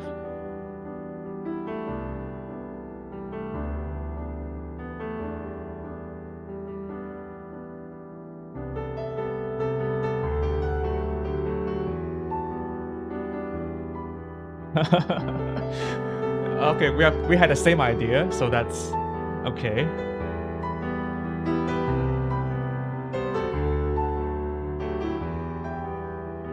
Uh-huh.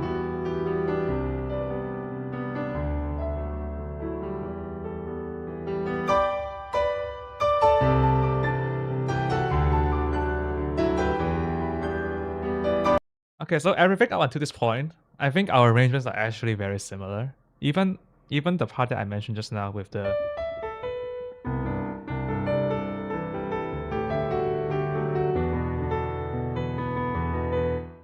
what Animans did was slightly different, but he did it one octave higher, I think.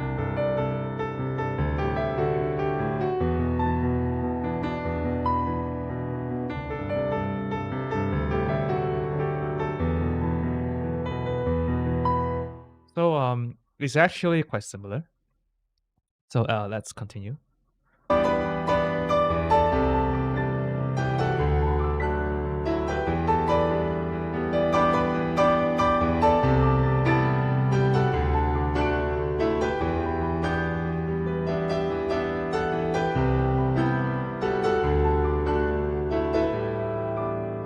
Chorus, he has this little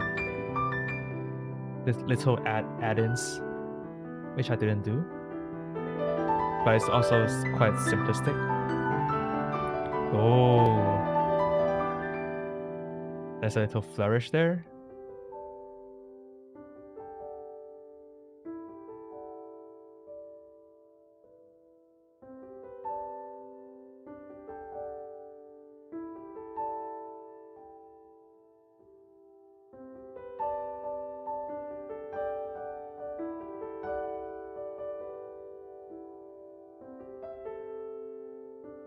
So here is a variation.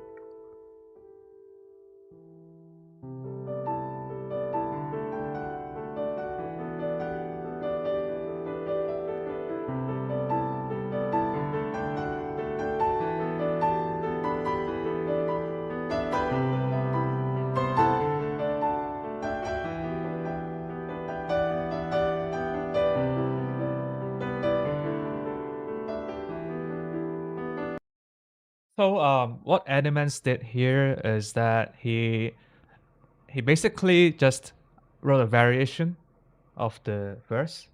So instead of so I think he just broke it down into pieces.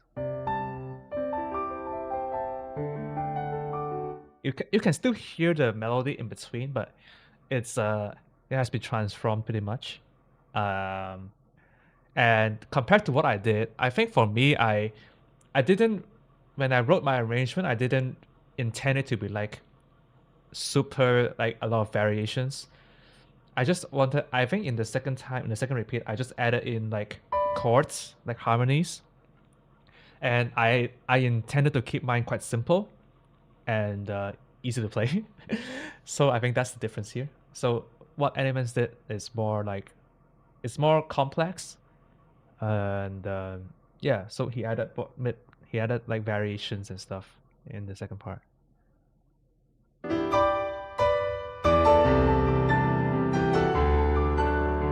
I think this is a repeat of the first chorus.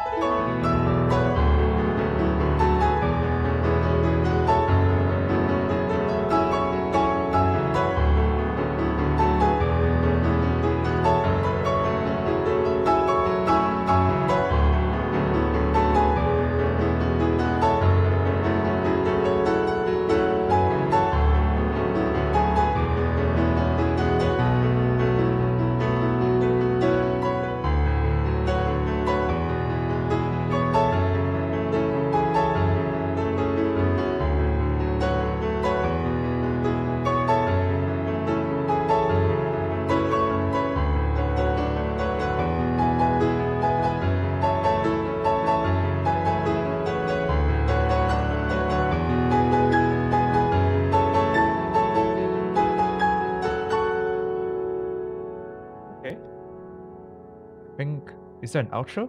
I think there is, yeah.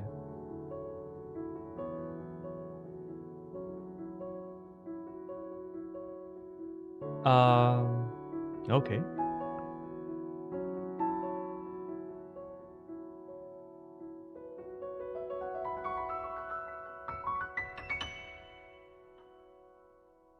Oh, that was that was beautiful. Yeah, that was beautiful.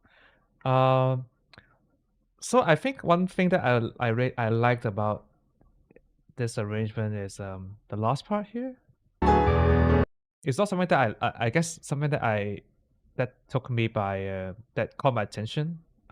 Two things I think. The first thing is that in the last chorus here, like he did a key change, but I'm not sure if it's in the original song. Like in the soundtrack version, I think there's a key change as well. So I'm not sure if that's original or not. And here,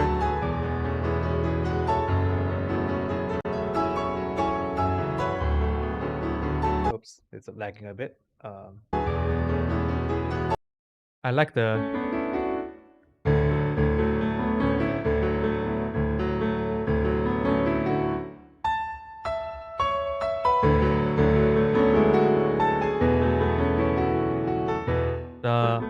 the little the little chords that he added in the left hand is a very colorful. It's very tasteful. Lucas asked, "Do you use Garriton as VST?" Yes, I do. Yes, yes. I like so yeah. So like I said, I like the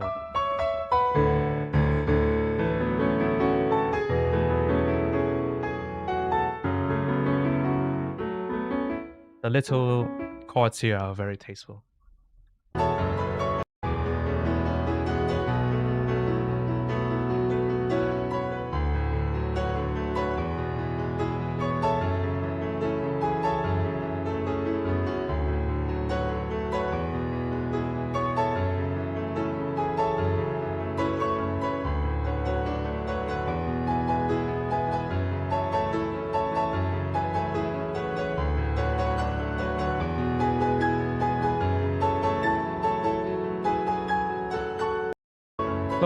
So right just then, just now, if you can hear it, there is like a little secondary melody that he added in two different octaves. So the first time is in the middle C range. The second time is at the upper end.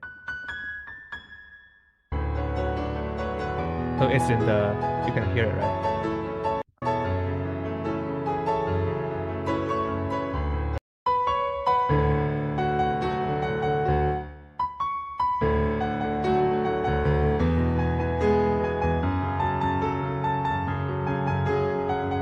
So it's a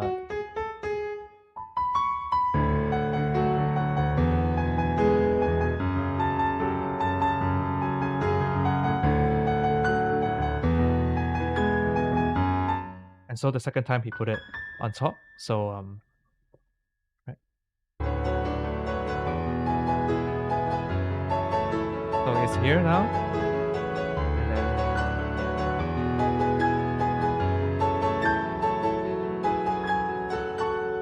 so it's not it's something that that I think a lot of people use as well, like this kind of technique. So you have this melody.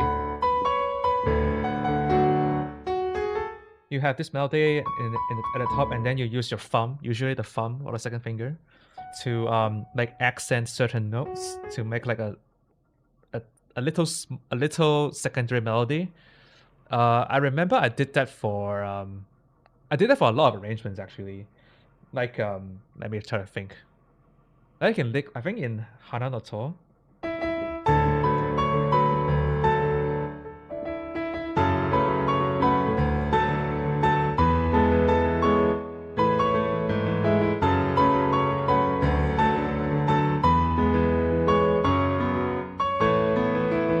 so what I did here was like I used my thumb to like accent a few notes in between to like make like a small melody.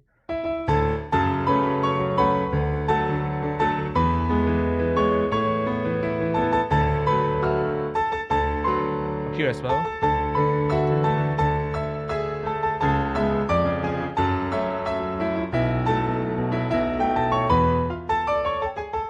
So this kind of technique is actually quite common. Um, so also this is also again from a lot of places in classical music. Like for example, in like the Chopin Ballade number one in the middle exposition section. And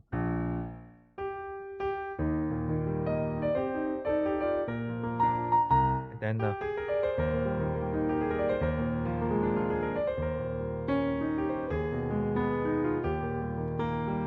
so what Chopin did here was like he wrote like a secondary melody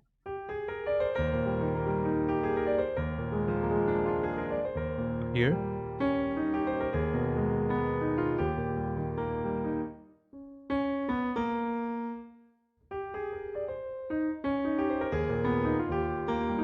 So yeah, it's something that it's already like has already been done like 100, 200 years ago by Chopin, and we still use it we still kind of take inspiration from that today. So that's quite nice. So I think all in all, Avid, it's not difficult. I don't have the sheets, but it doesn't look difficult. It's slow as well, emotional, so probably like 5 out of 10 in terms of difficulty. Um, and it's overall a very, very nice arrangement as well. I really like the small little details that he added. So compared to mine, I would say like mine is I didn't want mine to be like super complex. So what I did was I added a lot of harmonies in between, but still kept it more or less the same. But Animans did a more like variations approach where he made a lot of variations of the verse and the chorus as well. And also the key change at the end as well. That's quite tasteful. Yep. So I think that's Abbott. Glassy Sky to Ishtar. 10 years ago. The one by Ishtar. Wow, that was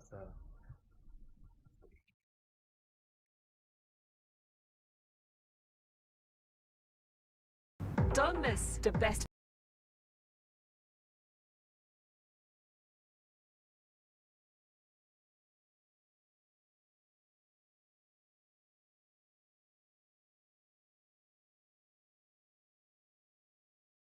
why are there so many ads? Okay. I played this before.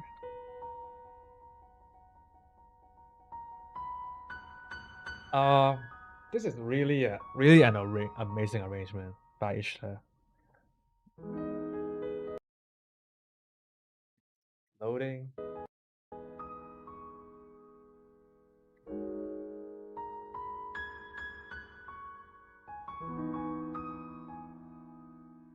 Uh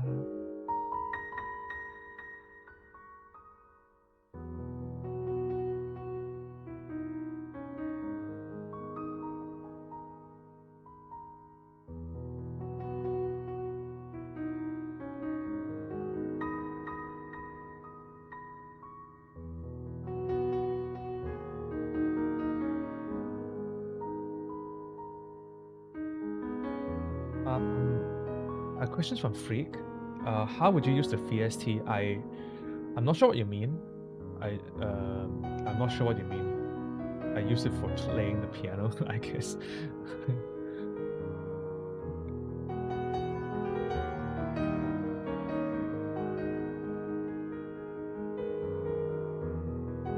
Okay.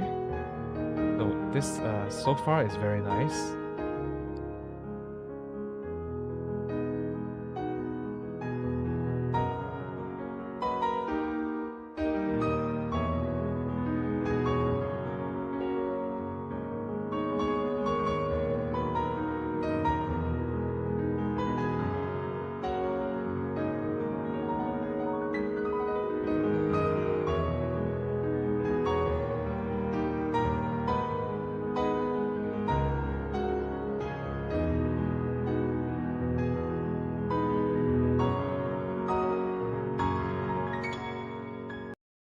Okay.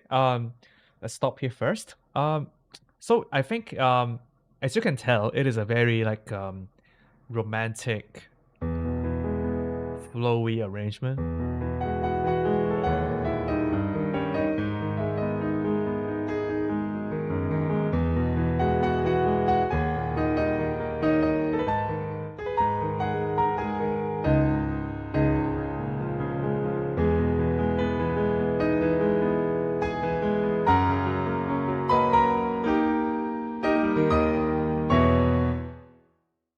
The piano is actually very good at like making these like like romantic music, like a lot of pedal, a lot of arpeggios, and just in general, this slow romantic music. The piano is actually very good at this, and so it's a very effective way to.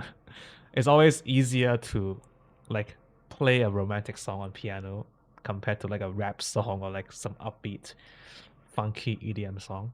So, uh, so this song in particular, Glassy Sky, it's again very suitable for piano, and so it's uh it's just very fitting for this piece.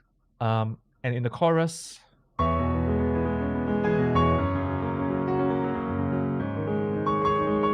something that I think Ishta does here very uniquely is that because I think Ishta he improvises a lot of his arrangements, and so you don't actually see like a lot of things like being like very like strict in time. Like for example here, like the left hand isn't strictly in like 16th notes. There's like triplets or quintuplets. There isn't like a strict timing here, and it's more like a very free flowing ad lib improvisation style. So you can actually for yourself you can play like whatever you want actually basically.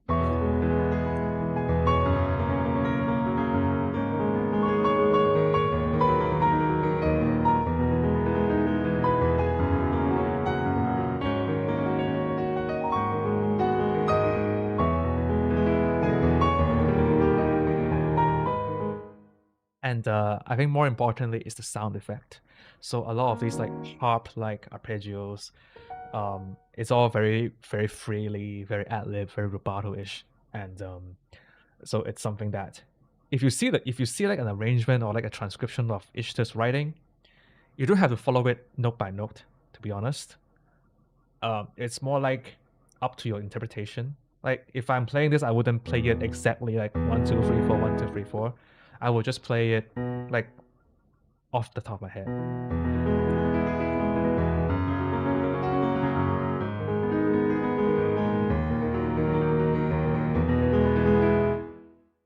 So it's never. I think you don't have to do it like very strictly. In like you have to play it like note for note. Well, except for the melody, of course, that can't be wrong. But everything else in between, like all the like the the arpeggios, is could probably just be ad libbed.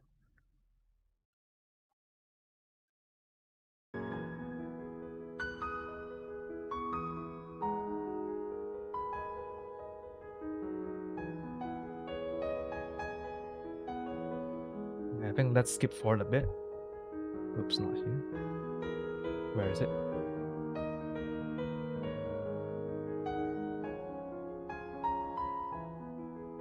Here.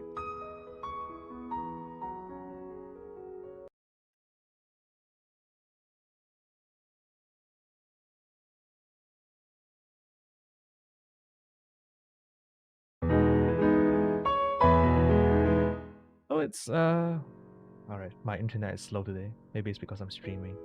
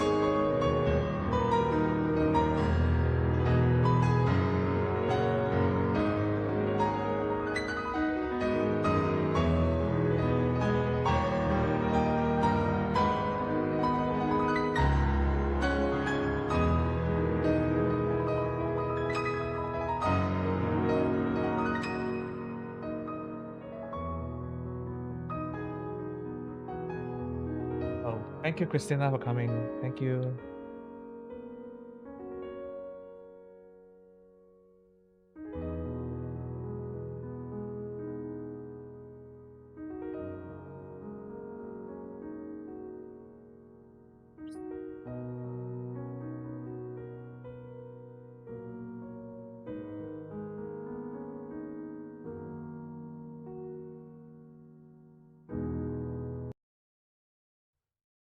I think okay, that's Avid.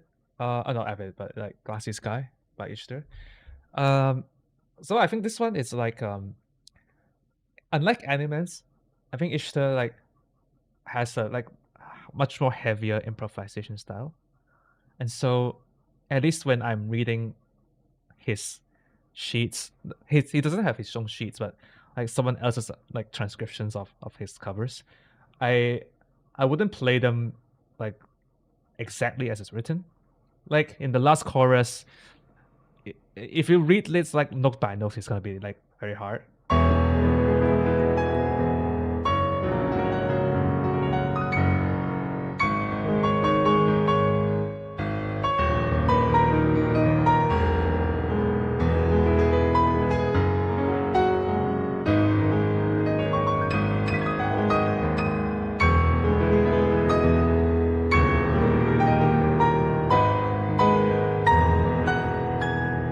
And then here you have this like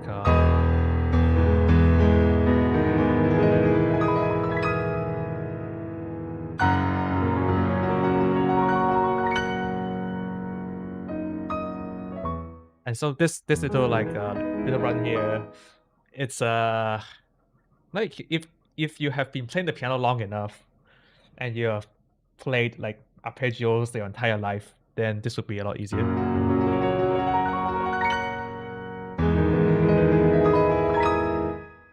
So it's like although it looks very complicated, it's the same thing. Going up, there is no difficulty here, and um, and so if you can't do it, it's natural. Once you have played enough of these, like once you have played enough, then it will be like second nature.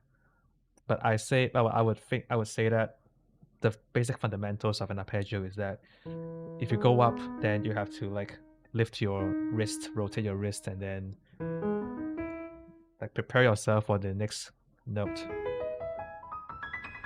and just be like don't be rigid. It's not like it has to be like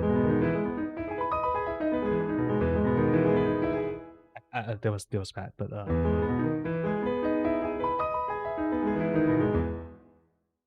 but also having the pedal helps, especially in like pieces like these with like heavy pedaling. It's actually easier to play like without like sounding off compared to like a lot like you for example if you're playing like Mozart or like Beethoven where pedaling is less heavy, then a lot of these arpeggios are actually a lot harder to play because you have to make it sound very clean and legato without using pedal. So you cannot hide your mistakes anymore.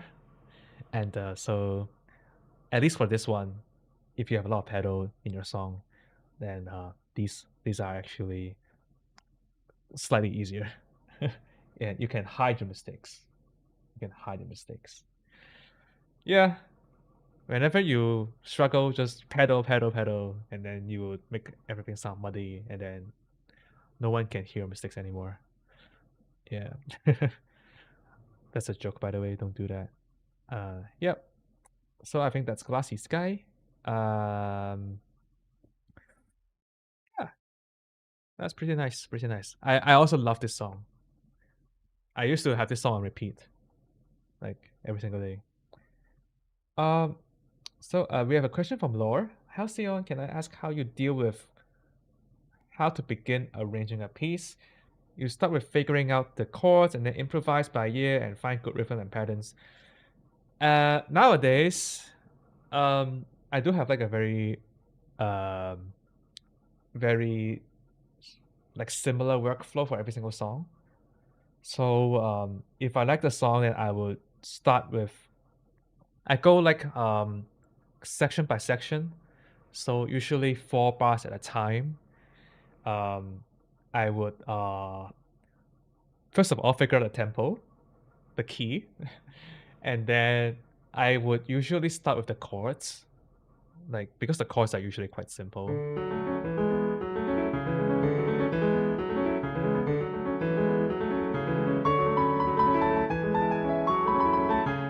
Once you have the chords, and then I would listen to the melody, and then just write down the melody, and then try to add variations and patterns on top of that. So it's actually yeah, it's actually quite a standardized process by now. It's so it's chords first, then melody, and then 4 bars at a time, something like that. Right, something like that. Um, Freak says, "I love your Catharsis cover." Oh, thank you so much. Thank you. Catharsis. That has been such a long time since I arranged that.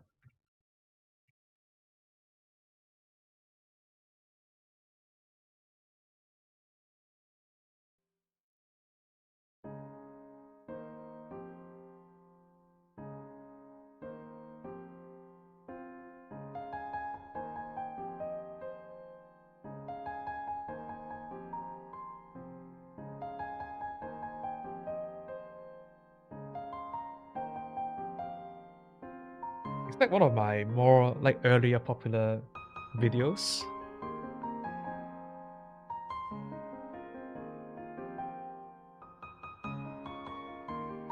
I wasn't using Garaton by at the time, so it sounded really bad.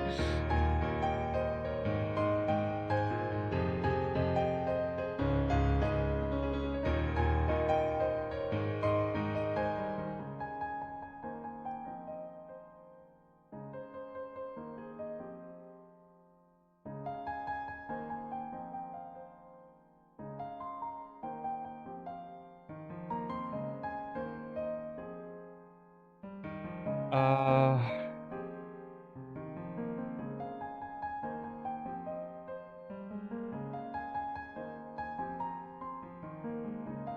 so far it's pretty good. I think I like what I did here. Yes.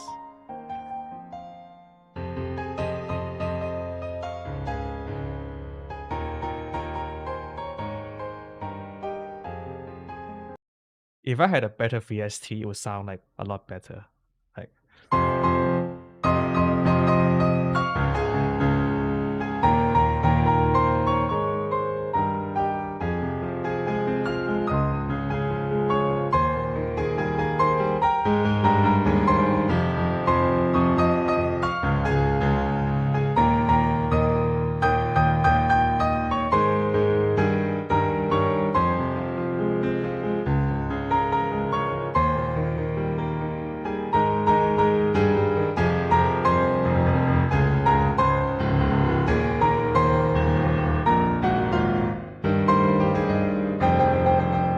what is this? This is so bad. Oh no. What is this? This is so bad. Why did I write this? I'm cringing at myself.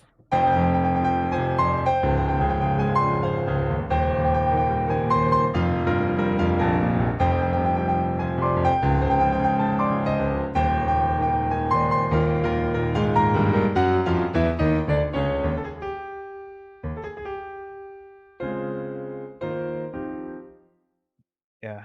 Um, I think what the advice I would give myself is that if I were to say something to myself like I don't know 6 years ago, 7 years ago, when I arranged this, is that uh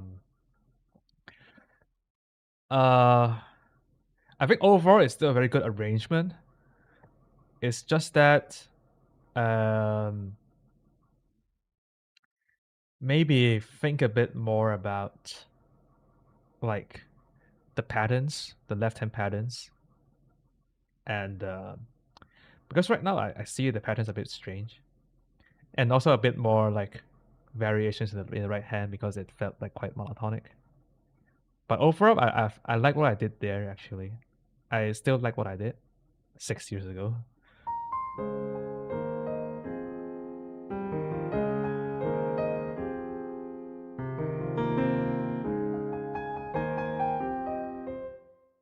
But I guess it also always it's also due to the fact that the song is also quite easy to arrange because it already has a lot of like melodies and the piano part as well. So I think overall it's still okay. Well, yeah, I couldn't listen to myself. I couldn't listen to my arrangements like 6 years ago. It's like so ah, a lot of it is so bad, so bad. I a lot of it is so bad. I wouldn't have written the same thing ever right now. But like yeah, um, yeah, a lot of the other stuff is bad.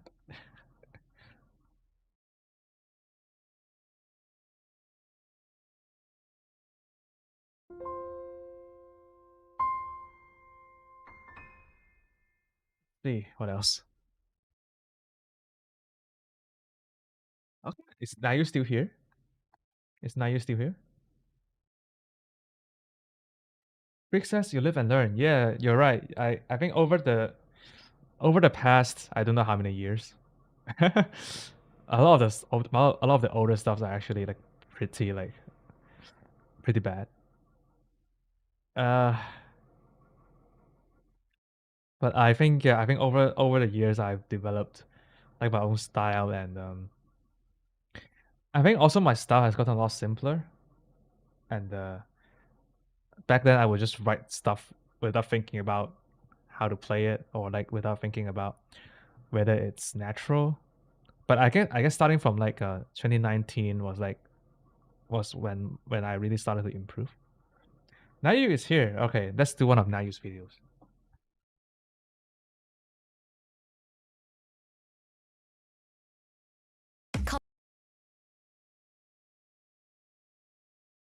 What's the most popular song that Nayu had? Um, Hollowness is actually a good song.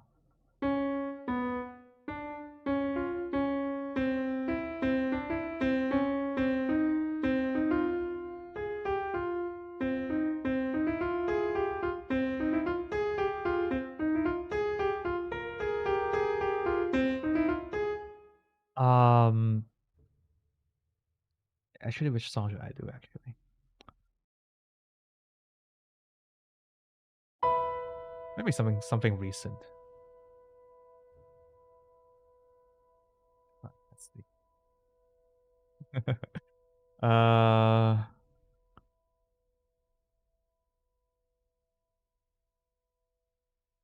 actually, let's do something that I played before, the Roshidere opening. This one.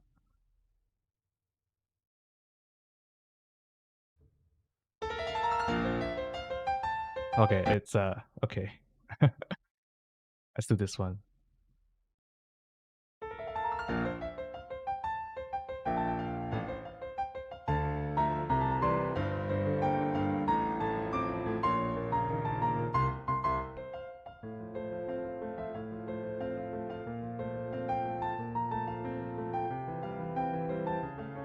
All right, thank you, Lord Piano. Thank you.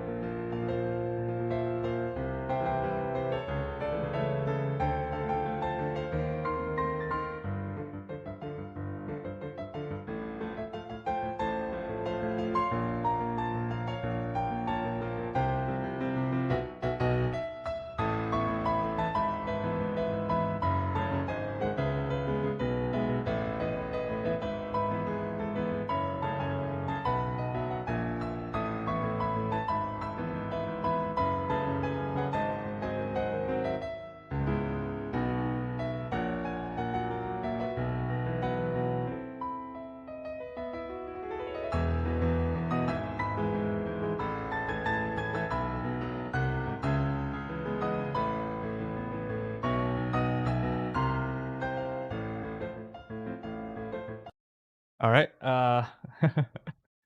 So this one, I when I was learning this arrangement by Nayu, um, I think one thing that I noticed was that um, Like if you are reading someone else's arrangements, oftentimes you actually have a lot of like ideas of your own that are not written in the score. I think it's also the same when I'm reading, let's say, Animan's arrangements. Um, if I haven't listened to Animan's play the song and I just play it off the sheets right away, oftentimes I find myself playing something like slightly different compared to what Animans did. And like compared to what the original arranger's intention, I would have like played something differently.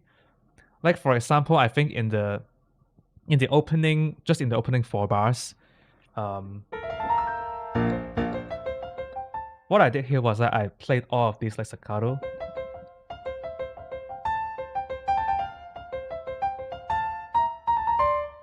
But I think what he did was something like slightly different. There's like a more like there's like slurs in between. Whereas what I did was I just I put all of this staccato.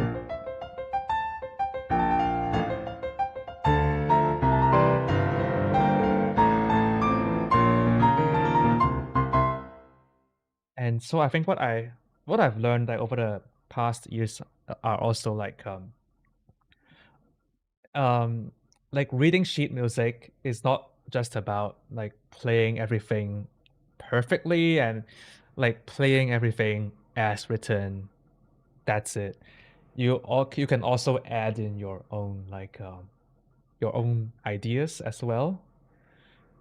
It, it's not like it's not a Bible. You can always add in your own ideas. That's what I did here. Like when I was reading his sheets, I also added my own ideas. Um, that I think are that I liked, and so a lot of times I see some comments or questions about how to play this part. I find it too difficult. How can I play this? But my answer is that if you really struggle with playing something that I've written, you can always change it to fit your own style, to to make it work for you. You don't have to write like if I wrote something super difficult, if you know how to do it, you can always simplify it. Maybe you don't have to play the octaves, you can just play the top note. You don't have to play the chord, you can just play like the melody.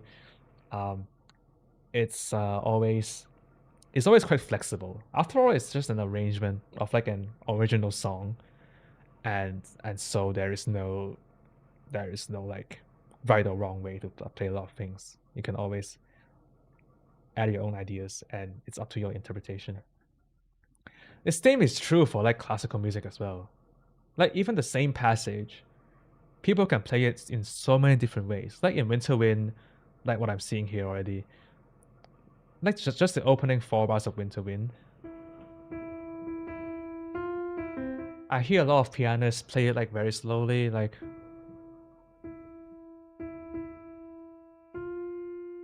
1, 2, 3, 4, 1, 2, 3, 4. It's like very slow, but I also hear a lot of pianists play it like quickly.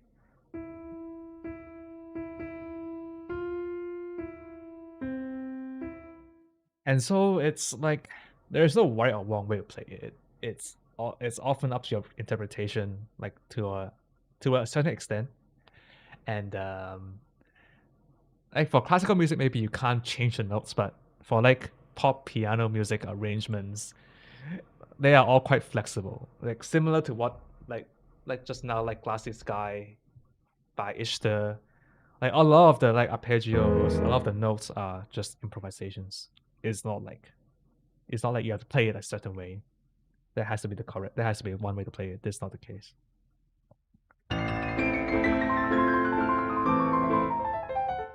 Um, do we want to go to the classical now? I don't think I want to. I don't think I want to.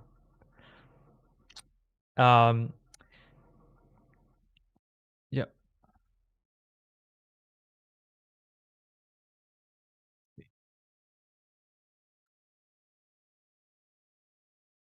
Okay. I think I've covered a lot of songs for today. Any other songs that you guys want me to look at? Just let me know. I think classical. I don't know, but I don't know about it. But maybe classical as well. I don't know. So I think also if I were to look back on my own arrangements, I, I also added in like a lot of classical piano, classical pieces, classical music elements in my arrangements. I guess not like so much, but from time to time. Let's see. Um, what's a special arrangement that I did? Let me think. Oh, Fixing on Marigold. Oh, Fixing on, yeah. Of course.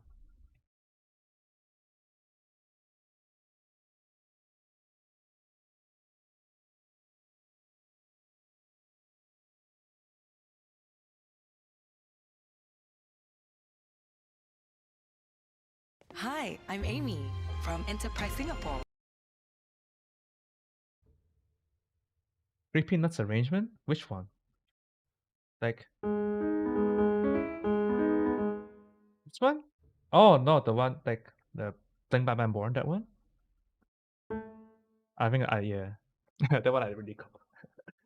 I can talk about it later, but let's see this one.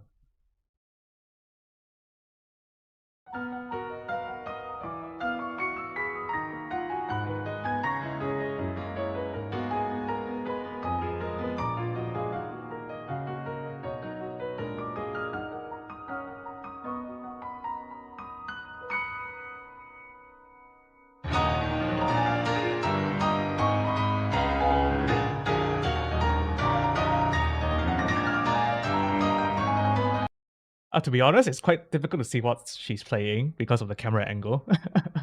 uh, I don't have the sheets as well, so. But like fixing on covers, she's always like, it's always insane.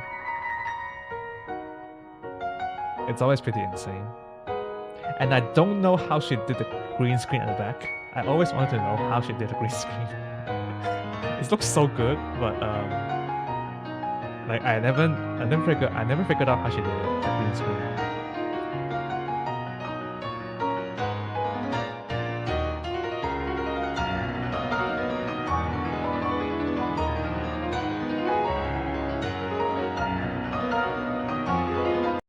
Yeah, yeah, yeah. Okay, yeah, I can look at this. Oh, but it sounds so bad.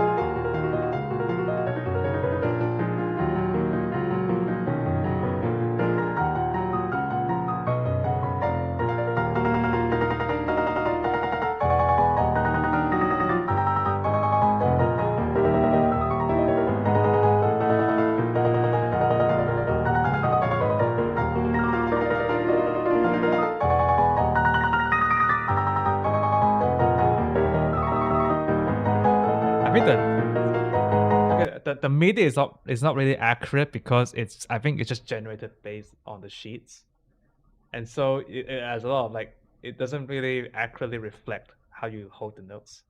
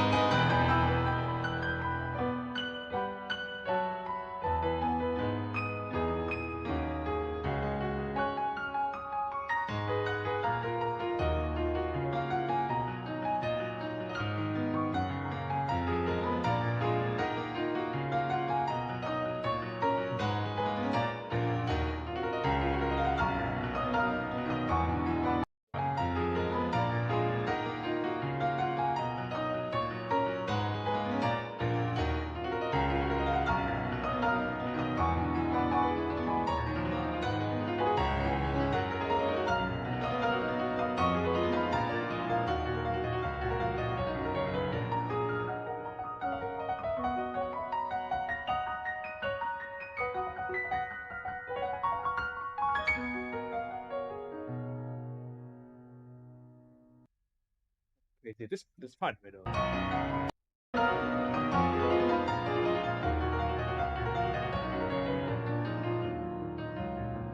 This part in the middle is insane.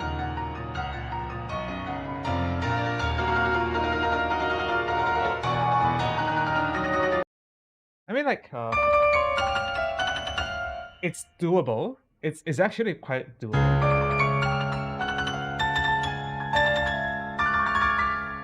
It's all very like it's all very like typical, like, for example, like Liszt, like Franz Liszt, the stuff that he wrote. But I think what's more impressive is are those like all those arpeggios, all those arpeggios on the black keys. That's pretty insane. Like all those left hand arpeggios, like they are like. Yes.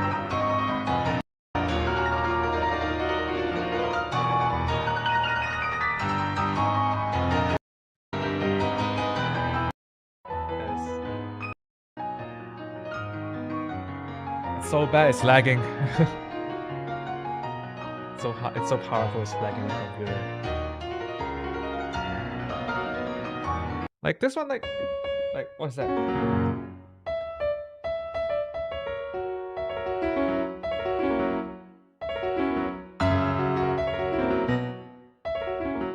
It's doable, but it's like to play that cleanly is like very hard.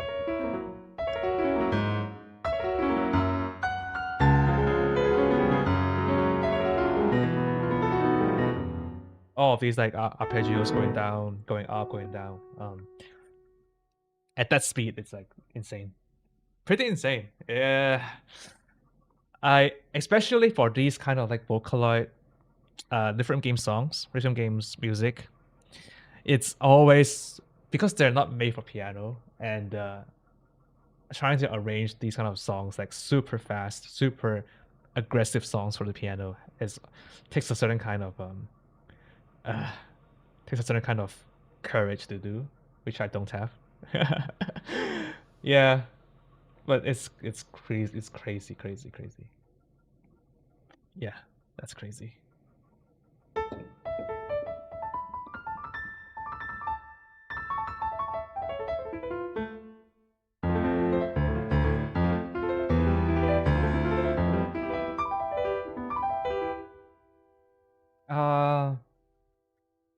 Uh, it's also like it's also something that you study pretty much in classical music, like all these arpeggios, and not this, but like if you go to like again Chopin, uh, what's that one? Like, eight.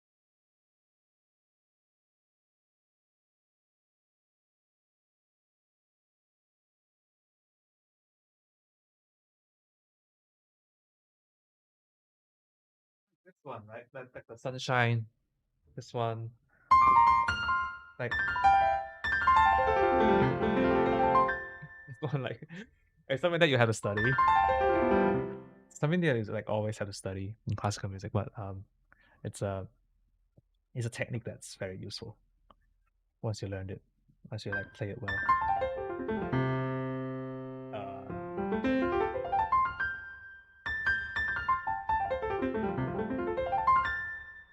Something like that. Yeah, something like that. Anyway, I think yeah, I covered a lot of songs today already. I think that's quite quite a lot. But I don't think I would ever play like a fixed amount arrangement because it's just damn, it would take me like I don't know how many months of practice to do that. Yeah, I would rather play win to win. Yeah.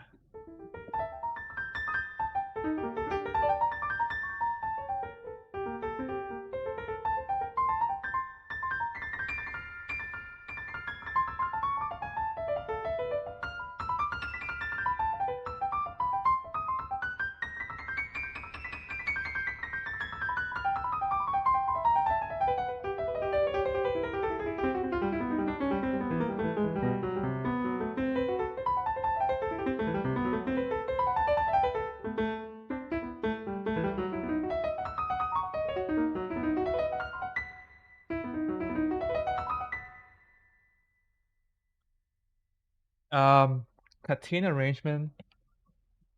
Um,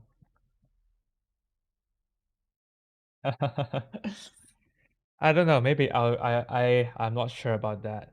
Uh, like Catene's, I love Catene's music. That's it. Just he's like the god of piano.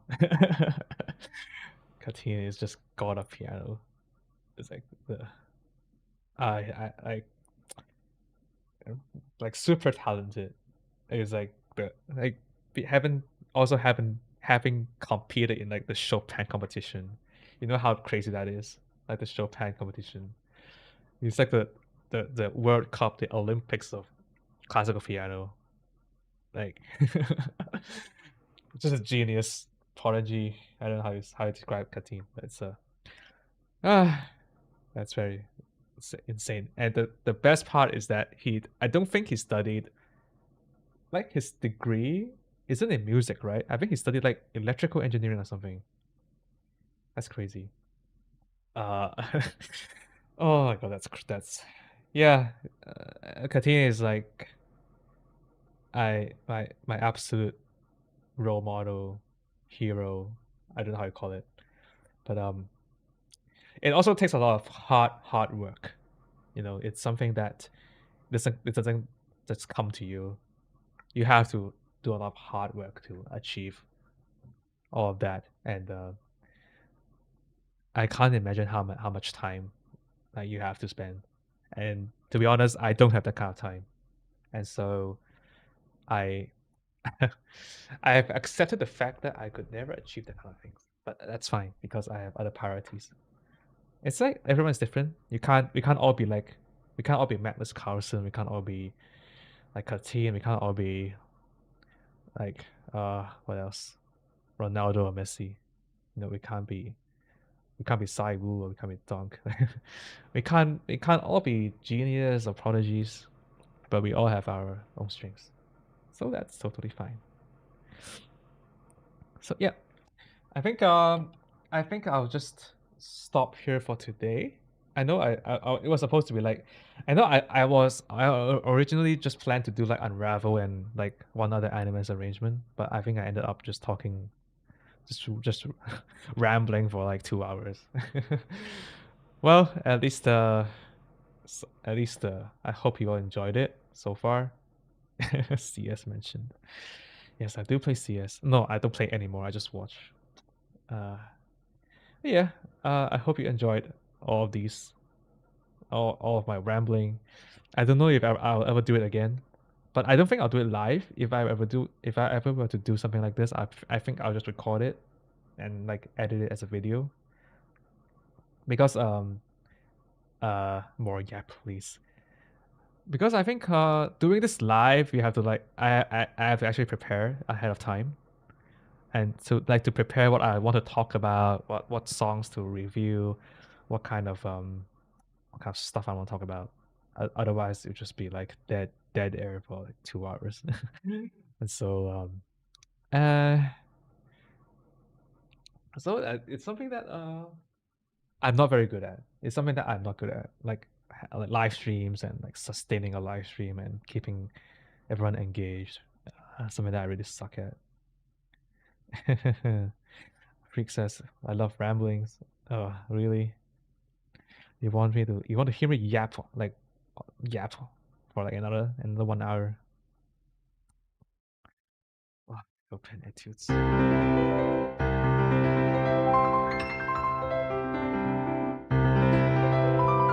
Oh my god, I haven't practiced this.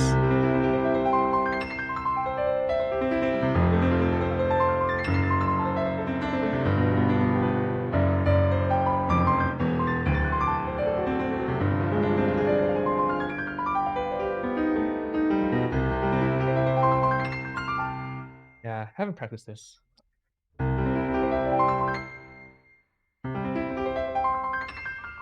This is the ultimate king of arpeggios. Arpeggio studies. This is the ultimate study. If you want to be good at like doing arpeggios, this is the one that you go for. Or like the number 8. That one is also like the ultimate study. And oh yeah, also by the way, like this the second one, the etude number 2, this one actually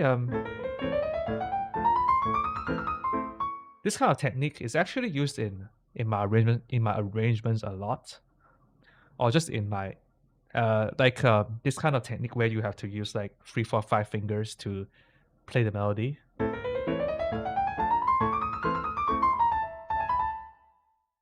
Because I always have these kind of like chords in the melody, and I always force you to use like only 3, 4, 5 fingers to play the melody in the right hand. And so the technique that you have to learn from not this etude, but from my arrangements is that you have to learn how to link all the notes together with just your 3 fingers. You have to pretend that you cannot use the bottom 2 fingers of your right hand, and just like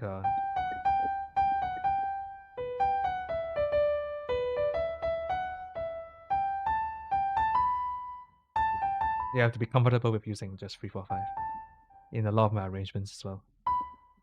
And the way to do that is like, uh you have to figure out how to like cross your fingers on top of one another. Like for example here, you have to cross your third finger on top of your fourth finger.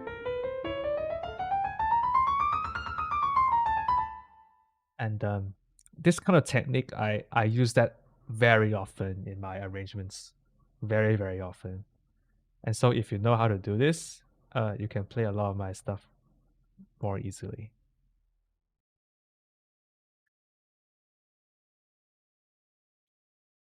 It's not just my stuff. It's just it's just in general. In general, a lot of the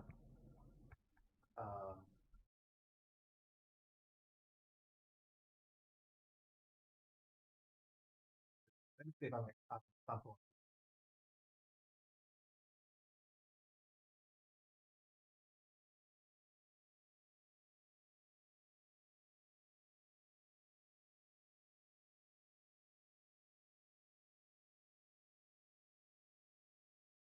No, I can't think of any examples. But yeah, it's like this kind of like finger crossing, maintaining precision. It's a very useful technique to know. Um, yeah, maybe in the more slower stuff that I have here. This one, it's the Haruhikage. Yeah, this one is like a very good example. In this B session here,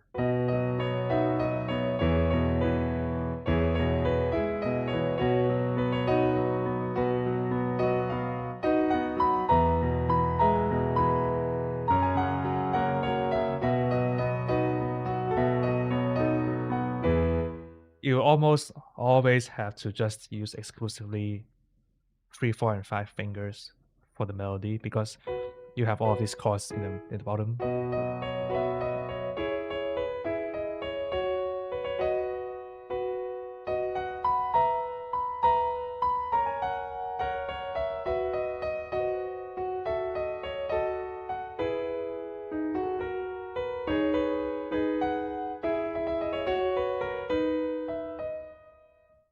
Yeah, I guess that's also something that I wanted to talk about as well.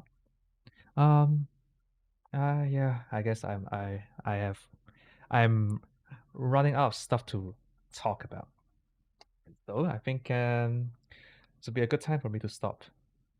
Well, I'm glad that I think I'm gonna review the footage and see because I think either my camera's not working or like my model's not moving anymore, like frozen or something.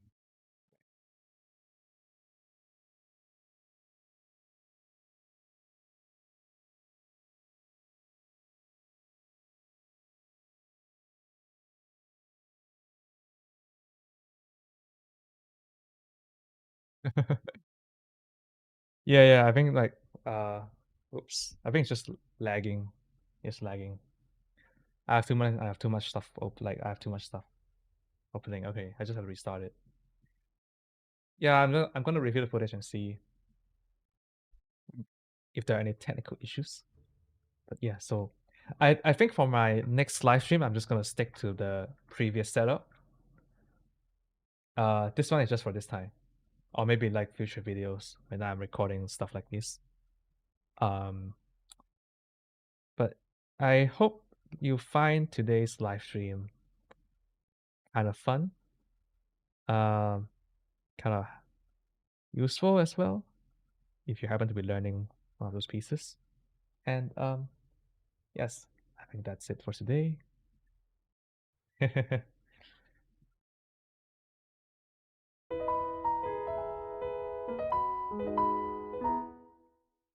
I could also talk a lot. I think I could.